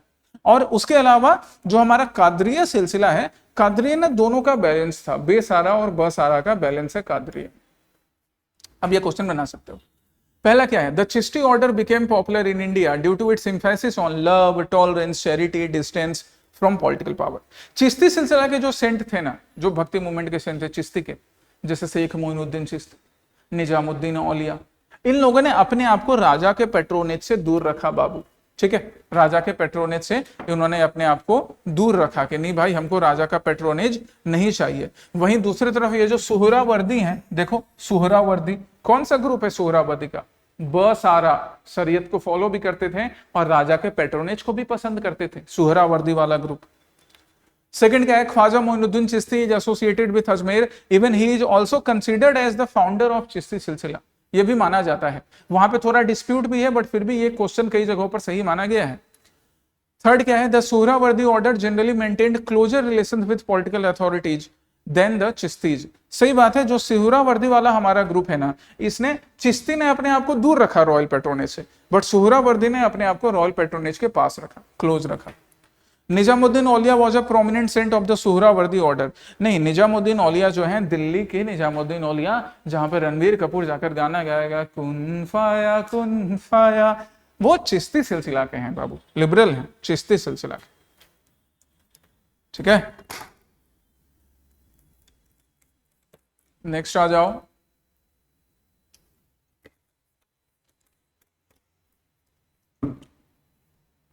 चलिए नेक्स्ट हमारा क्या है, इंडियन स्कूल ऑफ फिलोसॉफी पर है, इंडियन स्कूल ऑफ फिलोसॉफी।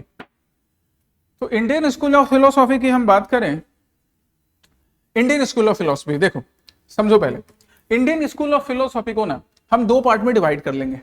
एक कहलाएगा हमारा आस्तिक, इंग्लिश में हम इसको बोलेंगे आस्तिक को, ऑर्थोडॉक्स ग्रुप। दूसरा हमारा कहलाएगा नास्तिक, हालांकि यहाँ पे नास्तिक का मतलब गॉड को फॉलो नहीं करने वाला सिर्फ नहीं होता है बाबू, सही कर लेना। नास्तिक का मतलब जो वेद को नहीं फॉलो कर रहा है, जो वेद की अथॉरिटी को नहीं मान रहा है, जो ब्रह्म के सिद्धांत को नहीं मान रहा है, क्योंकि गॉड का एग्जिस्टेंस तो जैनिज्म में भी है। जो तीर्थंकर हैं उनको गॉड के बराबर वैल्यू दी गई है वो नास्तिक ग्रुप की। तो नास्तिक कहने का मतलब ऐसा नहीं गॉड को नहीं, भगवान को नहीं मानने वाला। नास्तिक कहने का मतलब जो वैदिक अथॉरिटी को नहीं मानता है, जो ब्रह्म के सिद्धांत को नहीं मानता। ठीक है, नास्तिक, या इसको हम हेटेरोडॉक्स बुलाएंगे। ये जो आस्तिक ग्रुप है, ऑर्थोडॉक्स ग्रुप, जहां पर वैदिक अथॉरिटी एक्सेप्टेड है, इसमें 6 स्कूल ऑफ फिलोसफी होगी, इसलिए हम इसको षड दर्शन बुलाते हैं। क्या बुलाते हैं? 6 स्कूल ऑफ आस्तिक फिलोसफी को षड दर्शन। षड मीन्स 6, दर्शन फिलोसफी। और ये जो नास्तिक वाला ग्रुप है, इसमें है बुद्धिज्म, जैनिज्म, चारवाक स्कूल, जिसको विजय माल्या फॉलो करता है, खवानु पिवानु मजानु लाइफ, चारवाक स्कूल। ठीक है, वो चलिए। So Astic school accept the authority of Vedas, correct. Buddhism, Jainism and Charvak are generally classified as Gnostic school. अभी बताया मैंने, correct. नास्तिक school necessarily deny the existence of God, नहीं जरूरी है, क्योंकि जैनिज्म नास्तिक स्कूल है और वहां पर जो तीर्थंकर हैं वो तो गॉड के जैसे।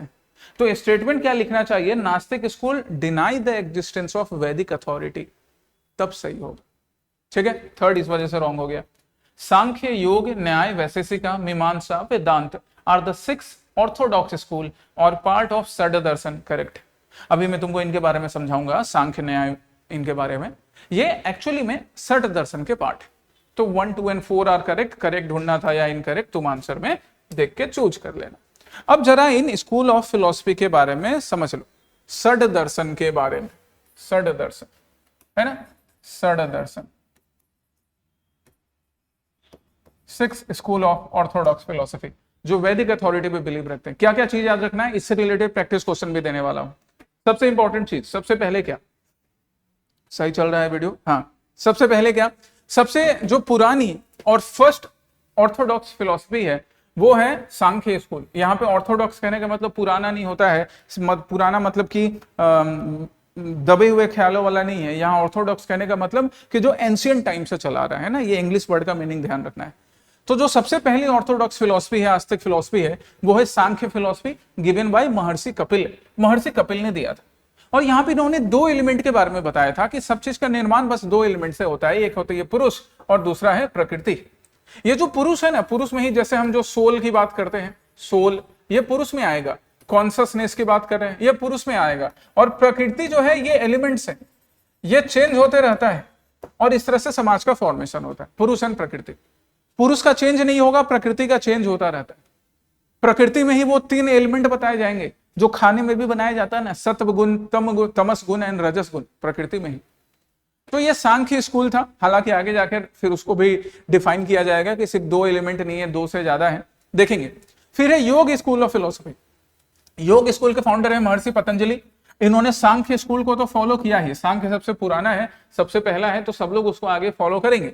बट इन्होंने कुछ नया भी ऐड कर दिया कि योग स्कूल में इन्होंने बताया कि नहीं, एक सुप्रीम डिवाइन बीइंग भी होता है, एक ब्रह्म भी होता है, और ब्रह्म के साथ आत्मा का मिलने से, परमात्मा के साथ आत्मा के मिलने से ही हमको निर्वाण, हमको लिबरेशन मिलता है। इन्होंने अष्टांगिक योग के बारे में बताया। फिर है न्याय स्कूल ऑफ फिलोसफी, जिसके फाउंडर हैं गौतम ऋषि। सबका नाम याद रखना है, प्रीलिम्स में पूछा जाता है। गौतम ऋषि ने बताया कि भाई देखो, ज्ञान हासिल करने के लिए perception, inference, comparison and testimony की जरूरत होती है किसी भी चीज में। अभी आपको आर्ट एंड कल्चर का एमसीक्यू करना है तो आपको perception, inference, testimony and comparison करना ही पड़ेगा, तभी तो समझ रहे हो ना। ये नया स्कूल है। फिर है वैशेषिका। वैशेषिका के फाउंडर है कनद ऋषि। ये ना जो वैशेषिका स्कूल है बाबू, यहां पर मेटाफिजिक्स के बारे में, एटम के बारे में बताया गया था। डाल्टन ने बाद में एटम के बारे में बताया, उससे पहले कनद ऋषि ने वैशेषिका स्कूल में बताया था, याद रखना। यहाँ पे पंच तत्व के बारे में मेंशन किया जाएगा वैशेषिका स्कूल में, पंच तत्व। सांख्य में बस 2 तत्वों के बारे में बताया गया था, नहीं। फिर आता है पूर्व मीमांसा। पूर्व मीमांसा, इसको पहले मीमांसा भी बोलते थे, फिर उसके बाद वेदांत स्कूल ऐड होने से पूर्व मीमांसा भी बुलाया जा रहा है। वेदांत को हम उत्तर मीमांसा भी बोलेंगे। यहाँ पे उत्तर कहने का मतलब नॉर्थ नहीं है, यहाँ उत्तर कहने का मतलब बाद में आने वाला, ठीक है। तो पूर्व मीमांसा, इसके फाउंडर हैं जैमिनी। यहां पर वेद का जो रिचुअलिस्टिक पार्ट था ना, उस पर एम्फेसाइज किया गया कि वैदिक जो रिचुअल्स हैं वो जरूरी है। और इसके बाद जो आएगा उसको हम बोलेंगे उत्तर मीमांसा या वेदांत, जो कि वेद के फिलोसॉफिकल पार्ट मतलब उपनिषद पे डिपेंडेंट। तो इस तरह करके ये 6 स्कूल ऑफ फिलोसफी बन गए। इसी वेदांत में आदि गुरु शंकराचार्य आगे आएंगे, बोलेंगे अहम ब्रह्मास्मि। अब तुम में से कई लोग, मैं तो एक्सपेक्ट करता हूं कि तुम पढ़े हो बाबू आर्ट एंड कल्चर, बट बाकी ऐसे कई लोग होंगे रोड पे जो अहम ब्रह्मास्मि, क्या नाम था उस सीरीज का, मनी हाइस्ट, नहीं मनी हाइस्ट नहीं था, सेक्रेड गेम्स, अहम ब्रह्मास्मि सेक्रेड गेम्स में उन्होंने सुना होगा, बट वो नहीं है। अहम ब्रह्मास्मि आदि गुरु शंकराचार्य ने बताया कि भाई आत्मा परमात्मा एक ही है, हमारे अंदर ही है, नॉन डुअलिज्म के बारे में बता, है ना। ये सब वेदांत स्कूल के हो जाएंगे, आदि गुरु शंकराचार्य, माधवाचार्य, ये लोग वेदांत स्कूल के। अब यहाँ पे 2 प्रैक्टिस क्वेश्चन है और इसका आंसर मैं नहीं बताने वाला हूं। ये दोनों प्रैक्टिस क्वेश्चन 24 एंड 25 का आंसर आप यहाँ पे स्लाइड में जो मैंने एक्सप्लेन किया है वो देखकर करोगे। करेक्ट नॉट करेक्ट पे भी ध्यान दोगे और मुझे कमेंट सेक्शन में आंसर चाहिए 24 एंड 25 का। चलिए तुम भी तो मेहनत करो, नहीं तो दिमाग में जंग लग जाएगा बाबू, इसलिए मेहनत करना है। फिर यहाँ पर क्या है, यहाँ पे हेट्रोडॉक्स स्कूल के बारे में। हेट्रोडॉक्स स्कूल जो वैदिक अथॉरिटी को नहीं मानता है, जैसे बुद्धिज्म, जैनिज्म, चारवाक स्कूल, ठीक है, आजीविका भी बोला जाता है, नियतिवाद, कुछ लोग उसको बुद्धिज्म का भी पार्ट मानते थे। Charvaka accepted perception as the most reliable source of knowledge. बिल्कुल, चारवाक ने बोला कि भाई देखो जो देखने में अच्छा लग रहा है, करने में अच्छा लग रहा है, कर लो, किसी का बुरा मत करो। अगर तुम्हारे मन को अच्छा लग रहा है कि हमको उधार लेके ही भाई घी पीना है, एक कहावत है ना उधार लेकर घी पीना, कि हमको उधार लेकर ही घी पीना है और उससे ही हमको मन को शांति मिलती है, कर लो, क्योंकि भाई कुछ नहीं है, मरने के बाद कुछ मोक्ष वोक्ष नहीं है, जो है यही है। यह चारवाक स्कूल था, परसेप्शन पे बिलीव करता था, मेटेरियलिस्टिक ग्रुप है ये, सब वहां एक्सप्लेन कर रखा है मैंने, है ना। ये कर्म की थ्योरी इन सबको रिजेक्ट कर दिया था कि कोई बुरा कर्म नहीं होता है। विजय माल्या इसने बोला कि भाई हम उधार लिए तो क्या हो गया, भाई हम चारवाक स्कूल पे बिलीव करते हैं। सेकंड क्या है, Charvaka rejected the authority of Vedas, after life and karma theory. सही बात है बाबू। Buddhism accepted the idea of a permanent eternal soul as central to liberation. Buddhism ने जो सोल का आइडिया है उसको रिजेक्ट कर दिया था, क्या नहीं, ठीक है, रिजेक्ट किया था, एक्सेप्ट पूछ रहा है, 1 मिनट, स्टेटमेंट क्या बोल रहा है, Buddhism accepted the idea of a permanent eternal soul. नहीं, एक्सेप्ट नहीं किया था, परमानेंट इटर्नल सोल को बुद्धिज्म में नहीं एक्सेप्ट किया था, क्योंकि बुद्धिज्म में एक कॉन्सेप्ट है अनत्ता या अनत्तम, अनात्मन, है ना। अनता या अनात्मन का जो कॉन्सेप्ट है वो बोलता है कि सोल ना इटर्नल नहीं है, वो चेंज होते रहता है, अनत्ता का कॉन्सेप्ट। परमानेंट इटर्नल सोल के कॉन्सेप्ट को बुद्धिज्म रिजेक्ट करता है, याद रखिएगा, the concept of anatta reject the concept of permanent eternal soul, ठीक। तो थर्ड में यहां एक्सेप्ट लिखा हुआ था इसलिए रॉन्ग हो गया, रिजेक्ट लिखा रहता तो करेक्ट होता। Jainism accepted the idea of कर्म, रिबर्थ एंड लिबरेशन। बिल्कुल सही है, जैनिज्म में रिबर्थ के कॉन्सेप्ट को भी एक्सेप्ट किया गया है। सोल तो जैनिज्म का सेंट्रल कॉन्सेप्ट है कि इवन छोटा सा जीव मच्छर में भी आत्मा होती है, इसलिए जेठालाल मच्छर नहीं मारता है।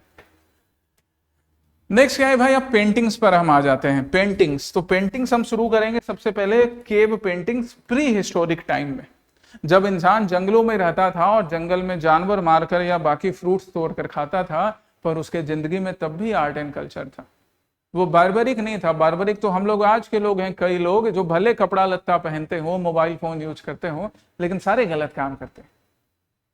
अब जैसे वो नहीं है, भगवान बुद्ध की स्टैचू थी ना, बमयान बुद्धा अफगानिस्तान में, उसको उड़ा दिया भाई, तो भाई तुम कहां से सिविलाइज्ड हो गए 21st सेंचुरी वाले। वो लोग ज्यादा सिविलाइज थे, मेजोलिथिक पीरियड वाले। इवन तो मेजोलिथिक से पहले भी मिलता था भाई, पैलियोलिथिक में भी कुछ हमको पेंटिंग मिला है, पूरा पाषाण काल में।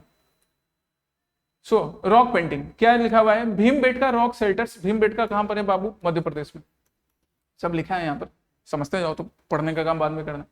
Bhimbetka rock shelters contains paintings from different phases including Mesolithic and later periods. बिल्कुल सही बात है। और यहाँ पे क्या दिखाया जाएगा, यहाँ पे हंटिंग का सीन होगा, कम्युनिटी डांसिंग का सीन होगा, ये सब का सीन रहेगा। Prehistoric rock painting often depict hunting scenes, animal, dancing figures and community life. यही तो दिखाया जाएगा। हम भी अपनी जिंदगी की पेंटिंग में यही तो दिखाते हैं। हम गांधी जी को पेंट करके दिखाते हैं क्योंकि गांधी जी हमारी जिंदगी में बहुत जरूरी हैं। अब दिल में ना जरूरी हो लोगों के, बट बाकी लोगों के नोट में तो जरूरी है बाबू। दिल में भी रखना चाहिए गांधी जी का सिद्धांत, बट ज्यादातर लोग दिल से ज्यादा उनको पॉकेट में रखते हैं, नोट पर, है ना। बाकी आजकल वो एक मॉडर्न आर्ट भी स्टार्ट हुआ है ना, एब्स्ट्रैक्ट आर्ट, जिसको देख के कुछ समझे में नहीं आता है कि बनाया क्या है भाई। पहले एब्स्ट्रैक्ट आर्ट नहीं होता था, आजकल समझ नहीं आता है, उसका भी अलग ही है, पर ठीक है, पेंटर्स बनाते हैं भाई, तारीफ के काबिल है वो भी। थर्ड क्या है, green and blue colour were the most dominant colours in early prehistoric paintings. देखो ये ना एनसीईआरटी से लिया हुआ है, आर्ट एंड कल्चर मैंने पहले भी यूट्यूब पर करवाया है, तुम वीडियोस देख सकते हो 11th एंड 12th एनसीईआरटी के। तो ग्रीन एंड ब्लू कलर उतना यूज नहीं होता था, ज्यादा कौन सा कलर यूज करते थे, जनरली जो डोमिनेंट कलर्स था, डोमिनेंट कलर से रेड है ना, व्हाइट, ग्रीन एंड ब्लू थोड़ा कम यूज करते थे, रेड ज्यादा यूज करते थे। ये सब एनसीईआरटी का है, याद रखिएगा। Third is wrong. Fourth, these paintings provide evidence of early human interaction with environment and society. सही बात है कि वो कैसे रहता था, डांस करता था। अब डांस ऋतिक रोशन के जैसा करता था या मनोज वाजपेयी की तरह सपने में मिलती है डांस की तरह, तो पता नहीं। ऋतिक रोशन वाला डांस तभी नहीं मालूम होगा, नहीं, पहले हुर हुर दबंग वाला होगा या मनोज वाजपेयी वाला। ठीक है बाबू।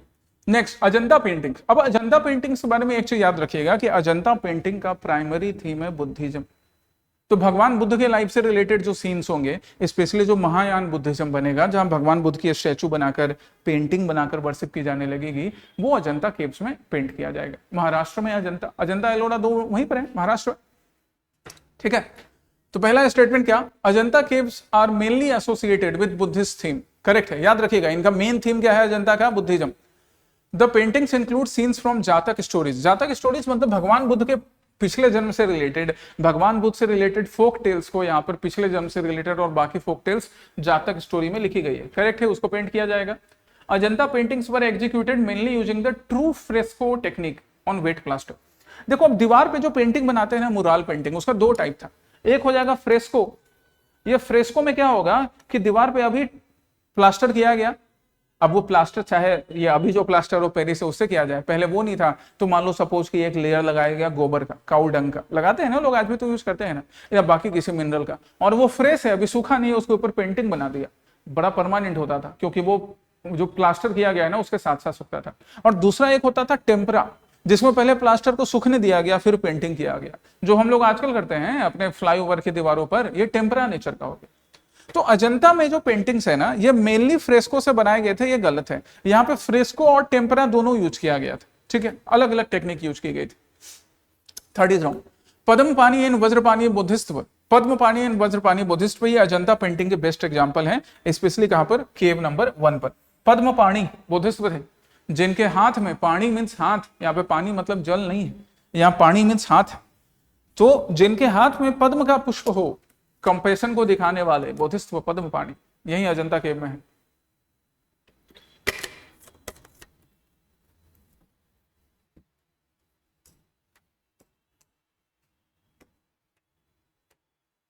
नेक्स्ट क्या है बाबू, एलोरा एंड बाघ केव के बारे में। अब देखो अजंता एलोरा में ज्यादा दूरी नहीं है, बट डिफरेंस है।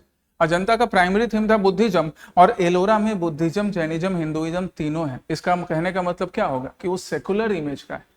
सेकुलरिज्म ऐसा नहीं है कि खाली आज के पॉलिटिशियन यूज करते हैं, वैसा नहीं है। सेकुलरिज्म कहने का मतलब कि भाई जो हर फेथ को इक्वल वैल्यू देता, तो एलोरा वैसा ही है, याद रखना ही।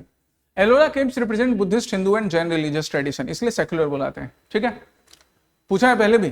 Kailashnath temple at Ellora was excavated under Rashtrakuta patronage, ये भी करेक्ट है, कैलाशनाथ भगवान शिव को डेडिकेटेड। वैसे बड़ा कॉम्प्लेक्स है, पत्थर को कट करके बनाया गया है। राजा का नाम क्या था, कृष्णवन, पढ़ लेना थोड़ा कृष्णवन के बारे में, कृष्ण प्रथम के बारे में। Bagh caves are located in Madhya Pradesh and are associated mainly with Buddhist monastic art. कि बाघ केव जो है वो मध्य प्रदेश में है, यहाँ पर बुद्धिस्ट मोनास्टिक आर्ट को प्रेजेंट किया जाता है। Bagh paintings are generally more earthly and secular in tone compare to Ajanta. Correct है कि बाघ पेंटिंग्स जो है ना, यहाँ पे एक चीज देखो, यहाँ पे पहले फोर्थ स्टेटमेंट देखो, फिर मैं थर्ड को थोड़ा एक्सप्लेन करूंगा तुम्हारे लिए। Bagh paintings are generally more earthly and secular in tone compare to Ajanta. कि बाघ पेंटिंग ना अजंता के कंपैरिजन में ज्यादा सेकुलर है, क्योंकि यहाँ पे बुद्धिज्म थीम है ही, बट उसके साथ साथ जो वर्ल्डली इवेंट्स होते थे ना, कि शादी हो रही है, फंक्शन हो रहा है ना, डांस हो रहा है, फेस्टिवल हो रहा है, उसका भी पेंटिंग बाघ पेंटिंग में बनाया जाएगा। इसलिए कहा जाता है कि ज्यादा वर्ल्डली नेचर का है as compare to Ajanta. Correct है।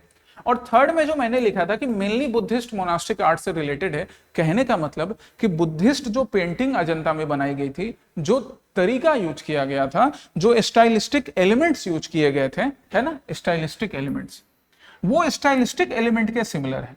तो स्टाइलिस्टिक एलिमेंट बाघ का सिमिलर है किसके, अजंता के, पर थीम जो है वो ज्यादा वर्ल्डली नेचर की है, बुझे, मध्य प्रदेश में।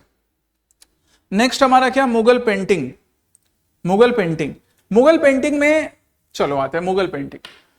मुगल पेंटिंग याद रखिएगा कि मुगल पेंटिंग जो है ना, तो मुगल पेंटिंग में पर्शियन इन्फ्लुएंस काफी है। काहे है बाबू पर्शियन इन्फ्लुएंस काफी, काहे कि हुमायूं जो है शेरशाह सूरी उसको भगाया था इंडिया से, अब वो भागा भागा गया था पर्सिया, बोले तो ईरान है ना, ईरान का और इंडिया का रिलेशन पुराना है बाबू। तो पर्सिया जाता है और वहां से जब वापस आता है ना, सूर एम्पायर खत्म होने के बाद, शेरशाह सूरी के जाने के बाद, उसके बेटों के जाने के बाद, तो अपने साथ दो को फेमस पर्शियन पेंटर लाता है, मीर सैयद अली एंड अब्दुस समद, दोनों का नाम याद रखना है। क्या नाम है, मीर सैयद अली एंड अब्दुस समद, लिखा है मैंने, यहां भी तुमको मिल जाएगा, ये देखो। तो मीर सैयद अली एंड अब्दुस समद नाम के ये दो पर्शियन पेंटर्स थे।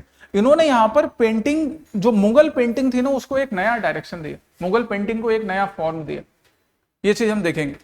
तो पहला स्टेटमेंट हमारा करेक्ट कि भाई पर्शियन इन्फ्लुएंस दिखेगा, साथ ही साथ यूरोपियन इन्फ्लुएंस भी दिखेगा। यूरोपियन इन्फ्लुएंस इसलिए दिखेगा क्योंकि भाई यूरोपियंस भी तो आ ही चुके थे इंडिया, जहांगीर के कोर्ट में भी पहुंच गए थे, और जहांगीर के बाद से भी जहांगीर हो गया जिसके टाइम में मुगल पेंटिंग अपने पीक पर होगी। तो जहांगीर के टाइम में मुगल पेंटिंग अपने पीक पर होती है, आपको यूरोपियन इन्फ्लुएंस भी दिखेगा, है ना, याद रखना। ये क्वेश्चन 2 बार यूपीएससी ने लगातार पूछा था।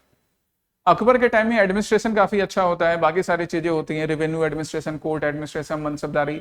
जहांगीर के टाइम में पेंटिंग पीक पर जाता है, शाहजहां के टाइम में आर्किटेक्चर पीक पर जाता है, और औरंगजेब के टाइम में सब डिक्लाइन पे जाता है। Akbar's period saw large scale illustration of manuscript such as Hamzanama. हाँ, हमजानामा, अभी मैंने एक दो शॉर्ट बनाकर भी तुमको बताया था हमजानामा। धुरंधर मूवी तुम सबने देखा होगा, वहां पे हमजा का तुमने देखा होगा वर्ड। तो हमजानामा एक्चुअली एक पेंटिंग है जिसकी शुरुआत वैसे हुमायूं ने करवाई थी, अकबर के फादर ने, पर पूरा तो करवा नहीं पाएगा। तो पूरा कौन करेगा, पूरा करवाने का काम हुमायूं का बेटा अकबर करवाता है, और स्पेशली किनके लीडरशिप में, दसवंत नाम के ये जो पेंटर है इनके लीडरशिप में। यहाँ दो पेंटर का नाम है बसावन एंड दसवंत, याद रखिएगा, ये अकबर के कोर्ट के फेमस पेंटर थे, बसावन एंड दसवंत। मैंने और मुगल पेंटिंग यूट्यूब पर डिटेल में करवा रखी है, पूरा एनसीईआरटी में मुगल पेंटिंग जो है वो डिटेल में करवा रखा है, मुगल पेंटिंग, पहाड़ी पेंटिंग, सब एनसीईआरटी लेक्चर्स में स्मार्ट आईएएस फाउंडेशन के चैनल पर, वहां से भी देख सकते हो। थर्ड क्या है बाबू, Jahangir period is known for naturalistic painting, specially portraits, birds, animals and flowers. सही बात है, जहांगीर के टाइम में पेंटिंग अपने जेनिथ पर भी पहुंची, और नेचुरलिस्टिक एनिमल्स जैसे फ्लावर्स वगैरह दिखाना, बाकी नेचुरल एलिमेंट्स दिखाना, राजा के फेस को बड़े अच्छे से दिखाना, इसलिए पोर्ट्रेट पेंटिंग खूब पॉपुलर होगा। ये सब जहांगीर के टाइम में काफी ग्रो होता है। Fourth, Basawan and दसवंत were celebrated painters in Akbar's court, correct है, ऑल 4 आर करेक्ट। आंसर क्या होगा, ऑल ऑफ द अबव, है ना। वो जो पेंटिंग वाला वीडियो है आर्ट एंड कल्चर का, वो लिंक तुमको स्मार्ट आईएएस फाउंडेशन में मिल जाएगा, चाहोगे तो मैं उसको शेयर भी कर दूंगा। नेक्स्ट, अब यहाँ पे पेंटिंग है और उसको कंपेयर करने बोला गया है। जैसे पहाड़ी स्कूल ऑफ पेंटिंग, ये बासोली से रिलेटेड है। हाँ, बासोली, कांगड़ा स्टाइल, ये सब ना पहाड़ी स्टाइल का एग्जांपल है। जैसे कांगड़ा एक पहाड़ी स्टाइल पेंटिंग है जहां पर भगवान कृष्ण और राधा माँ के से रिलेटेड जो थीम से रासलीला उसको दिखाया गया है, ठीक है। राजस्थानी पेंटिंग या किशनगढ़ स्कूल मेवाड़, मारवाड़, बूंदी में किया जाता है, और किशनगढ़ स्कूल जो कि राजस्थानी स्कूल का पार्ट है, उसका सबसे फेमस पेंटिंग है Bani Thani. Bani Thani is the very famous painting, कई बार पूछा गया है। किशनगढ़ स्कूल राजस्थानी स्कूल का पार्ट। डेक्कनी पेंटिंग, ये ऑब्वियसली जो डेक्कन का रीजन था, बीजापुर, गोलकोंडा, वहां डेवलप होगा। कालीघाट पेंटिंग बंगाल में डेवलप होगा। कालीघाट पेंटिंग में ऑब्वियसली वहां पर माँ काली से रिलेटेड, दुर्गा से रिलेटेड पेंटिंग्स भी होंगी, अर्बन लाइफ भी होगा, सोशल लाइफ भी होगा, सैटारिकल थीम भी होगा कि एगो बीबी अपने पति को झाड़ू से पीट रही है, सैटारिकल थीम्स भी रहता है। अब पति दारू पी कर आया था तो बीबी झाड़ू से झड़वा दी, ऐसे ही था क्या, ठीक है। यहाँ क्या है, बुद्धिस्ट स्तूप आर्किटेक्चर। बुद्धिस्ट स्तूप आर्किटेक्चर, स्तूप आर्किटेक्चर, चलो जरा यहाँ पिक्चर देखो और समझो, ये बुद्धिस्ट स्तूप आर्किटेक्चर। बुद्धिस्ट स्तूप आर्किटेक्चर में अभी जब हम टेम्पल आर्किटेक्चर कर रहे थे तो टेम्पल देखा था। बुद्धिस्ट स्तूप आर्किटेक्चर में सबसे इंपॉर्टेंट बात हो जाएगा ये अंड। इसको अंग्रेजी में ANDA अंडा लिखा हुआ है, पर तुम अंडा नहीं पढ़ना, अंडे संडे हो या मंडे अंडे, वो नहीं, इसको पढ़ना क्या है, अंड। ये सेमी हिस्पेरिकल, एक्चुअली अंडा को भी बीच से ऐसे कट कर दिया ऐसा बन जाएगा अंड। इसके नीचे यहाँ सेंटर में अंदर क्या रखा जाएगा, भगवान बुद्ध के रिमेन्स। तो ये सबसे इंपॉर्टेंट पार्ट हो गया, अंड हो गया। अब फिर अंड के ऊपर यहाँ देखो ये ऐसे रेलिंग जैसा बना हुआ है रेक्टेंगुलर, इसको हम क्या बोलेंगे, यहाँ जो रेलिंग बना हुआ है टॉप पर, इसको हम बोलेंगे हर्मिका। और उसके ऊपर यहाँ पर हम छतरी लगा देंगे, ध्वज लगा देंगे। तो अंड के ऊपर टॉप पर जो रेलिंग बनी है यही हर्मिका, और ऊपर फिर छतरी। अब हम बाहर आएंगे तो यहां पर भी ना अंड के चारों तरफ घूमने के लिए प्रदक्षिणा करने के लिए जगह होगी, जिसको हम प्रदक्षिणा पथ बोलेंगे। और प्रदक्षिणा पथ से जब हम बाहर निकलेंगे तो यहां पर हमको मेधी मिलेगा, प्रदक्षिणा पथ और आउटर जो बाउंड्री है वेदिका, इनके बीच की जगह, मतलब वेदिका और प्रदक्षिणा पथ के बीच की जगह हो गई मेधी। जो एंट्रेंस गेट हो गया उसको बोलेंगे तोरण। बड़ा सिंपल है बुद्धिस्ट आर्किटेक्चर। एक और चीज याद रखना भाई, चैत्य एंड विहार, चैत्य एंड विहार। तो चैत्य मतलब हो गया प्रेयर हॉल, है ना, जहां पर कि बुद्धिस्ट मंक प्रे करते थे, जहां पे बुद्धिस्ट मंक मेडिटेशन करते थे। और विहार मतलब हो गया भाई उनके रहने की जगह, ड्वेलिंग प्लेस। अब जिस रीजन में बहुत सारे बुद्धिस्ट विहार बने थे वो रीजन का नाम क्या पड़ गया बाबू? बिहार। बहुत सारे बुद्धिस्ट विहार थे, बुद्धिस्ट मंक के रहने की जगह, ठीक है, क्योंकि गया वही है ना। अभी गया का नाम चेंज हो गया, अब गया जी हो गया है कि नहीं, राइट। चलिए अब इस क्वेश्चन पे आ जाओ। अब बुद्धिस्ट स्तूप वाला ही क्वेश्चन कर सकते हो। तो पहला स्टेटमेंट क्या है बुद्धिस्ट स्तूप से related? The anda refers to hemispherical dome of a stupa. सही बात है, वही था ना hemispherical dome. The harmika is a square railing like structure placed above the dome. ये भी करेक्ट है कि डोम के ऊपर जो रेलिंग लाइक स्ट्रक्चर था रेक्टेंगुलर, उसको हम हर्मिका बुलाते हैं। Toranas are gateways that often contain narrative reliefs from Jataka stories and Buddhist legend. जैसे स्पेशली जो सांची का जो तोरण है, तोरण मतलब मेन एंट्रेंस, वहां पे जातक स्टोरीज, भगवान बुद्ध से रिलेटेड जो कहानियां है ना, फोक टेल्स या उनके पूर्व जन्म बाकी जन्म से रिलेटेड, उसको तोरण पे रिप्रेजेंट किया जाएगा, है ना। हिंदुइज्म में भी ऐसा होता है, बुद्धिज्म में भी ये चीज फिर शुरू हो गया था। Chaityagriha is the solid hemispherical mound of a stupa. नहीं, ये जो हेमी स्फेरिकल माउंड है इसको तो हम अंड बोल रहे हैं। चैत्य अलग जगह है जहां पर प्रेयर किया जाएगा, वर्शिप किया जाएगा, मेडिटेशन किया जाएगा। तो 1, 2 एंड 3 करेक्ट है। करेक्ट पूछ रहा था ना, 1, 2 एंड 3 ये रहा भाई। नेक्स्ट क्वेश्चन क्या है बाबू? नेक्स्ट क्वेश्चन है म्यूजिक पर। तो हिंदुस्तानी कार्नेटिक म्यूजिक तो तुमको मैंने बताया ही, नॉर्दर्न पार्ट ऑफ इंडिया में Hindustani music, southern part of India में कार्नेटिक या द्रविडियन म्यूजिक, ठीक है। चलिए पहला स्टेटमेंट क्या? Hindustani music developed mainly in north India while Carnatic music developed mainly in south India. Correct. The concept of raga is common to both Hindustani and Carnatic music. बात में सही है कि राग का जो कॉन्सेप्ट है वो हिंदुस्तानी कार्नेटिक दोनों में प्रेजेंट है। Dhrupad and khayal are associated with Hindustani music, बहुत बार पूछा गया है। और सबसे अच्छा तो राग ध्रुपद। राग ध्रुपद के बारे में कहा जाता है कि ये सामवेद में भी मेंशन्ड है, सामवेद, है ना। एंड ख्याल, ख्याल भी या ख्याल भी ये हिंदुस्तानी म्यूजिक का पार्ट है। ध्रुपद एंड ख्याल या ख्याल किसका पार्ट है? हिंदुस्तानी म्यूजिक के। The Trinity of Carnatic music मतलब सदर्न पार्ट ऑफ इंडिया में कंसिस्ट ऑफ तानसेन। अरे भाई तो अकबर के पार्ट थे नॉर्थ इंडिया में। आमिर खुसरो अलाउद्दीन खिलजी के कोर्ट में थे, और रणबीर सिंह हमारा इन्हीं के साथ बैठकर शायरी शेरो शायरी करता था। आमिर खुसरो ने ही तो बोला था, घर फिरदौस बरू रुए जमी अस्त, हमी अस्तो हमी अस्तो हमी अस्तो, अगर कहीं स्वर्ग है तो यही है यही है यही है, कश्मीर के बारे में। और फिर इंसानों ने उसको जन्नत के साथ साथ दोजख भी बना दिया, आतंकवाद फैलाकर हमारे नॉट सो प्यारा पड़ोसी पाकिस्तान में। तो ये गलत है। ट्रिनिटी ऑफ कार्नेटिक म्यूजिक इनको नहीं बुलाते हैं। ट्रिनिटी ऑफ कार्नेटिक म्यूजिक हम किनको बुलाते हैं भाई? हम बुलाते हैं त्यागराज को, है ना, मुथुस्वामी को एंड श्यामा शास्त्री, क्योंकि इन तीनों ने कार्नेटिक म्यूजिक को अपनी पहचान दी। जो हिंदुस्तानी म्यूजिक है ना, यहाँ पे ट्रिनिटी वाला वैसे कोई फेमस नाम नहीं है। यहाँ पर भी बाकी पंडितों ने, बाकी गुरुओं ने दिया, बट यहाँ पे कोई ट्रिनिटी पर्टिकुलर किसी पर्सन को नहीं बुलाते हैं। म्यूजिकल इंस्ट्रूमेंट के अकॉर्डिंग ट्रिनिटी अलग है, परफॉर्मेंस के अकॉर्डिंग अलग है। बट यहाँ साउथ इंडिया में इन तीनों का नाम है, कई बार पूछा गया एग्जामिनेशन में, त्यागराज, मुथुस्वामी दीक्षितार एंड श्यामा शास्त्री। ये ट्रिनिटी है किसके? कार्नेटिक म्यूजिक के। नेक्स्ट बाबू क्या है? Theatre and literature. अच्छा, theatre and literature. Theatre and literature की बात करते हैं। तो थिएटर एंड लिटरेचर में क्या मिला हमें? Natya Shastra is traditionally attributed to Bharata Muni. Correct बात है, नाट्य शास्त्र भरत मुनि से रिलेटेड है। Natya Shastra deals with dance, drama, music and stage craft and rasa theory. सही है। Abhijnana Shakuntalam was composed by Kalidasa. Kalidasa ji के बहुत सारे अलग अलग प्ले हैं, जिनमें से एक है Abhijnana Shakuntalam.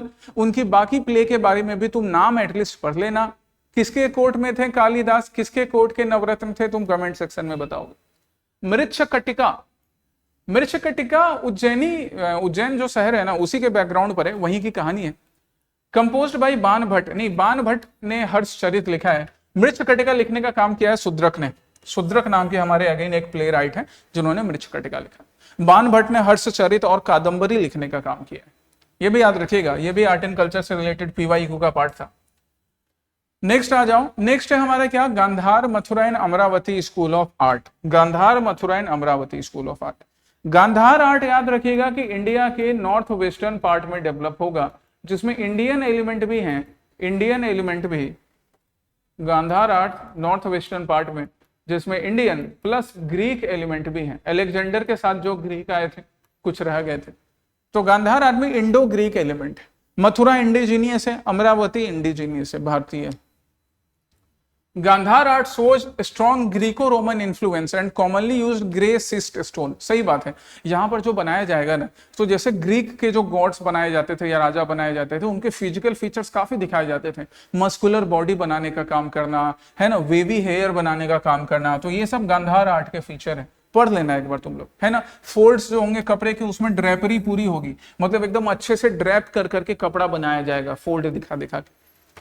Mathura art are used red spotted sandstone. Mathura art में रेड सैंडस्टोन यूज करते हैं। कनिष्क का एगो मुंडी कट स्टैचू भी मिला है, हेडलेस स्टैचू मथुरा आर्ट का। It represented Buddhist, Jainism and Brahmanical themes. सही है। गांधार आर्ट ने ना बुद्धिज्म को काफी प्रमोट किया। एक्चुअली में गांधार आर्ट का आगमन और फिर महायान बुद्धिज्म का शुरुआत होना, इससे बुद्ध की खूब स्टैचू बनी।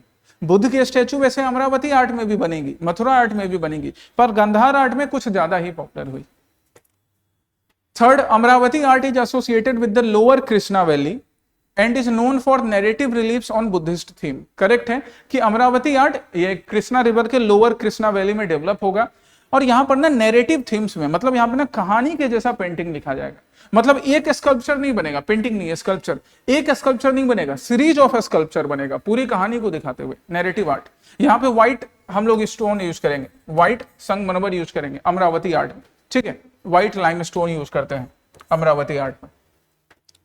Gandhara art developed mainly in the Deccan under Satavahana. Satavahana के अंडर अमरावती आर्ट ग्रो करेगा। गांधार आर्ट इंडिया के नॉर्थ वेस्टर्न पार्ट में कुषाण रूलर के अंदर ग्रो करेगा, बाकी इंडो ग्रीक रूलर सब जो थे उनके अंदर। चलिए, अब यहां पर पपेट्री है। Last but the not least question, जिससे आपके आर्ट एंड कल्चर का आज का सेशन कंप्लीट हो जाएगा। और ये अच्छे से करके जाओ, आर्ट एंड कल्चर के क्वेश्चंस बनेंगे। पहले एनसीईआरटी वाले लेक्चर्स जिन्होंने कर रखे हैं, अच्छी बात है। जिन्होंने नहीं किए हैं, एक बार अभी टाइम मिले तो देख सकते हो, बट इतना भी करके जाओगे क्वेश्चन बन जाएगा। पीवाईक्यू साथ में लगाते जाना बाब, कहीं कोई दिक्कत हो तो पूछ लेना कमेंट सेक्शन में। चलो, पपेटरी ट्रेडिशन, कठपुतली। अब कठपुतली राजस्थान से रिलेटेड है कि नहीं? वैसे तो है रिलेटेड। थोलू बोमालटा आंध्र प्रदेश से रिलेटेड है कि नहीं? रावण छाया उड़ीसा एंड पावाकोथू केरला। तो ये मैच द फॉलोइंग तो सही बात है, इसका आंसर तुम करना, इसलिए पहले जरा पपेट्री के बारे में पढ़ लो। यहां ये क्वेश्चन का आंसर तुम करोगे, ऊपर भी मैंने प्रैक्टिस क्वेश्चन दिया था, बीच बीच में क्वेश्चन पूछा था, ये लास्ट 35 का भी आंसर तुम करोगे, जरा पपेट्री के बारे में पढ़ लो। तो देखो, पपेट्री का ओरिजिन बहुत जगहों पर है, जैसे महाभारत में भी है, नाट्य शास्त्र में भी है। भरत मुनि का नाट्य शास्त्र जो डांस का सोर्स है, पपेट्री भी है।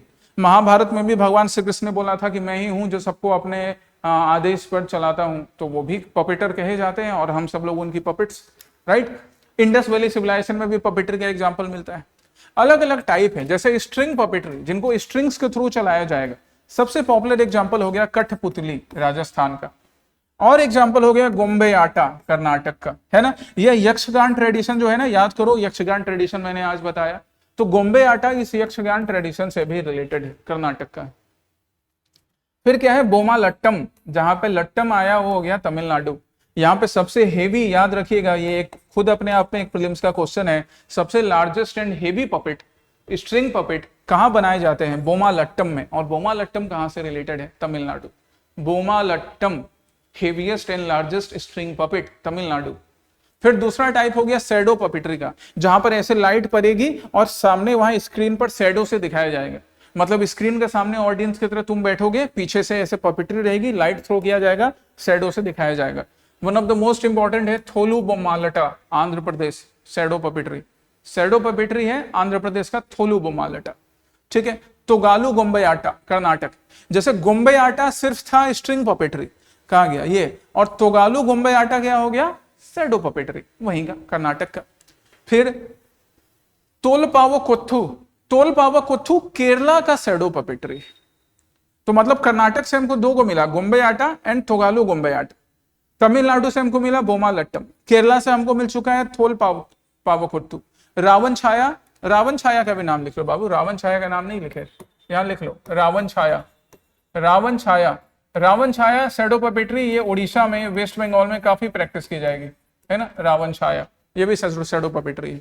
फिर आता है रॉड पपेट्री।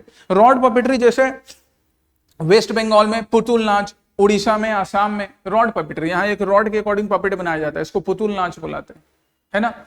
रॉड पपेट्री में एक एग्जांपल बिहार का है यमपुरी। याद रखिएगा इसका सबसे यूनिक फीचर क्या है, इसमें जॉइंट्स नहीं होते हैं, विदाउट जॉइंट ये रॉड पपेट बनाए जाते हैं। बाकी जो पुतुल नाच वेस्ट बंगाल, उड़ीसा, आसाम में यहाँ पे जॉइंट्स रहेगा, यमपुरी में जॉइंट्स नहीं रहेंगे, जो बिहार का रॉड पपेट्री है। And last but not the least glove puppetry, Pavakoothu and Pava Kathakali Kerala के। तो केरला से हो गया पावा कोथू एंड पावा कथकली, ये ग्लोब पपेट्री, हाथ में ऐसे पहन के और फिर उससे शो दिखाएंगे। और थोला पावा कोथू हो गया केरला का कैसा, शैडो पपेट्री। थोगालू बॉम्बे आटा कैसा हो गया, कर्नाटक का शैडो पपेट्री। थोलू बोमालट्टा आंध्र प्रदेश का शैडो पपेट्री। रावण छाया उड़ीसा का शैडो पपेट्री। गोम्बे आटा कर्नाटक का स्ट्रिंग पपेट्री, है ना। बोमालट्टम तमिलनाडु का लार्जेस्ट स्ट्रिंग पपेट्री। कठपुतली तो राजस्थान का है ही। ये सब तुमको याद रखना है, और इसके बेसिस पर ये जो प्रैक्टिस क्वेश्चन भी यहाँ था ना 35 वाला, इसका आंसर भी तुम ही करोगे, क्या आंसर होगा। तो ये आपका आज का आर्ट एंड कल्चर का सेशन था। आर्ट एंड कल्चर को कंप्लीट एमसीक्यू के हेल्प से रिवाइज करवाने के लिए, सो दैट अपकमिंग जो भी प्रीलिम्स हो, अब यूपीएससी का प्रीलिम्स तो इस साल का हो गया, अगले साल भी ये सेशन काम आएगा। आगे जो भी प्रीलिम्स हो, 5 जुलाई को आसाम पीसीएस का प्रीलिम्स है, 26 जुलाई को बिहार पीसीएस का प्रीलिम्स है, सीएपीएफ है 19 जुलाई को, सब में आपको ये काम आने वाला है। अच्छे से पढ़िए, रिवाइज करिए, डॉक्यूमेंट कमेंट सेक्शन में रहेगा, अभी इंग्लिश वाला रहेगा, एसएमएस हिंदी भी मैं अपलोड करवा दूंगा। जहां कोई डाउट हो मेरे से पूछो। Okay, so study well, take care, जय हिंद।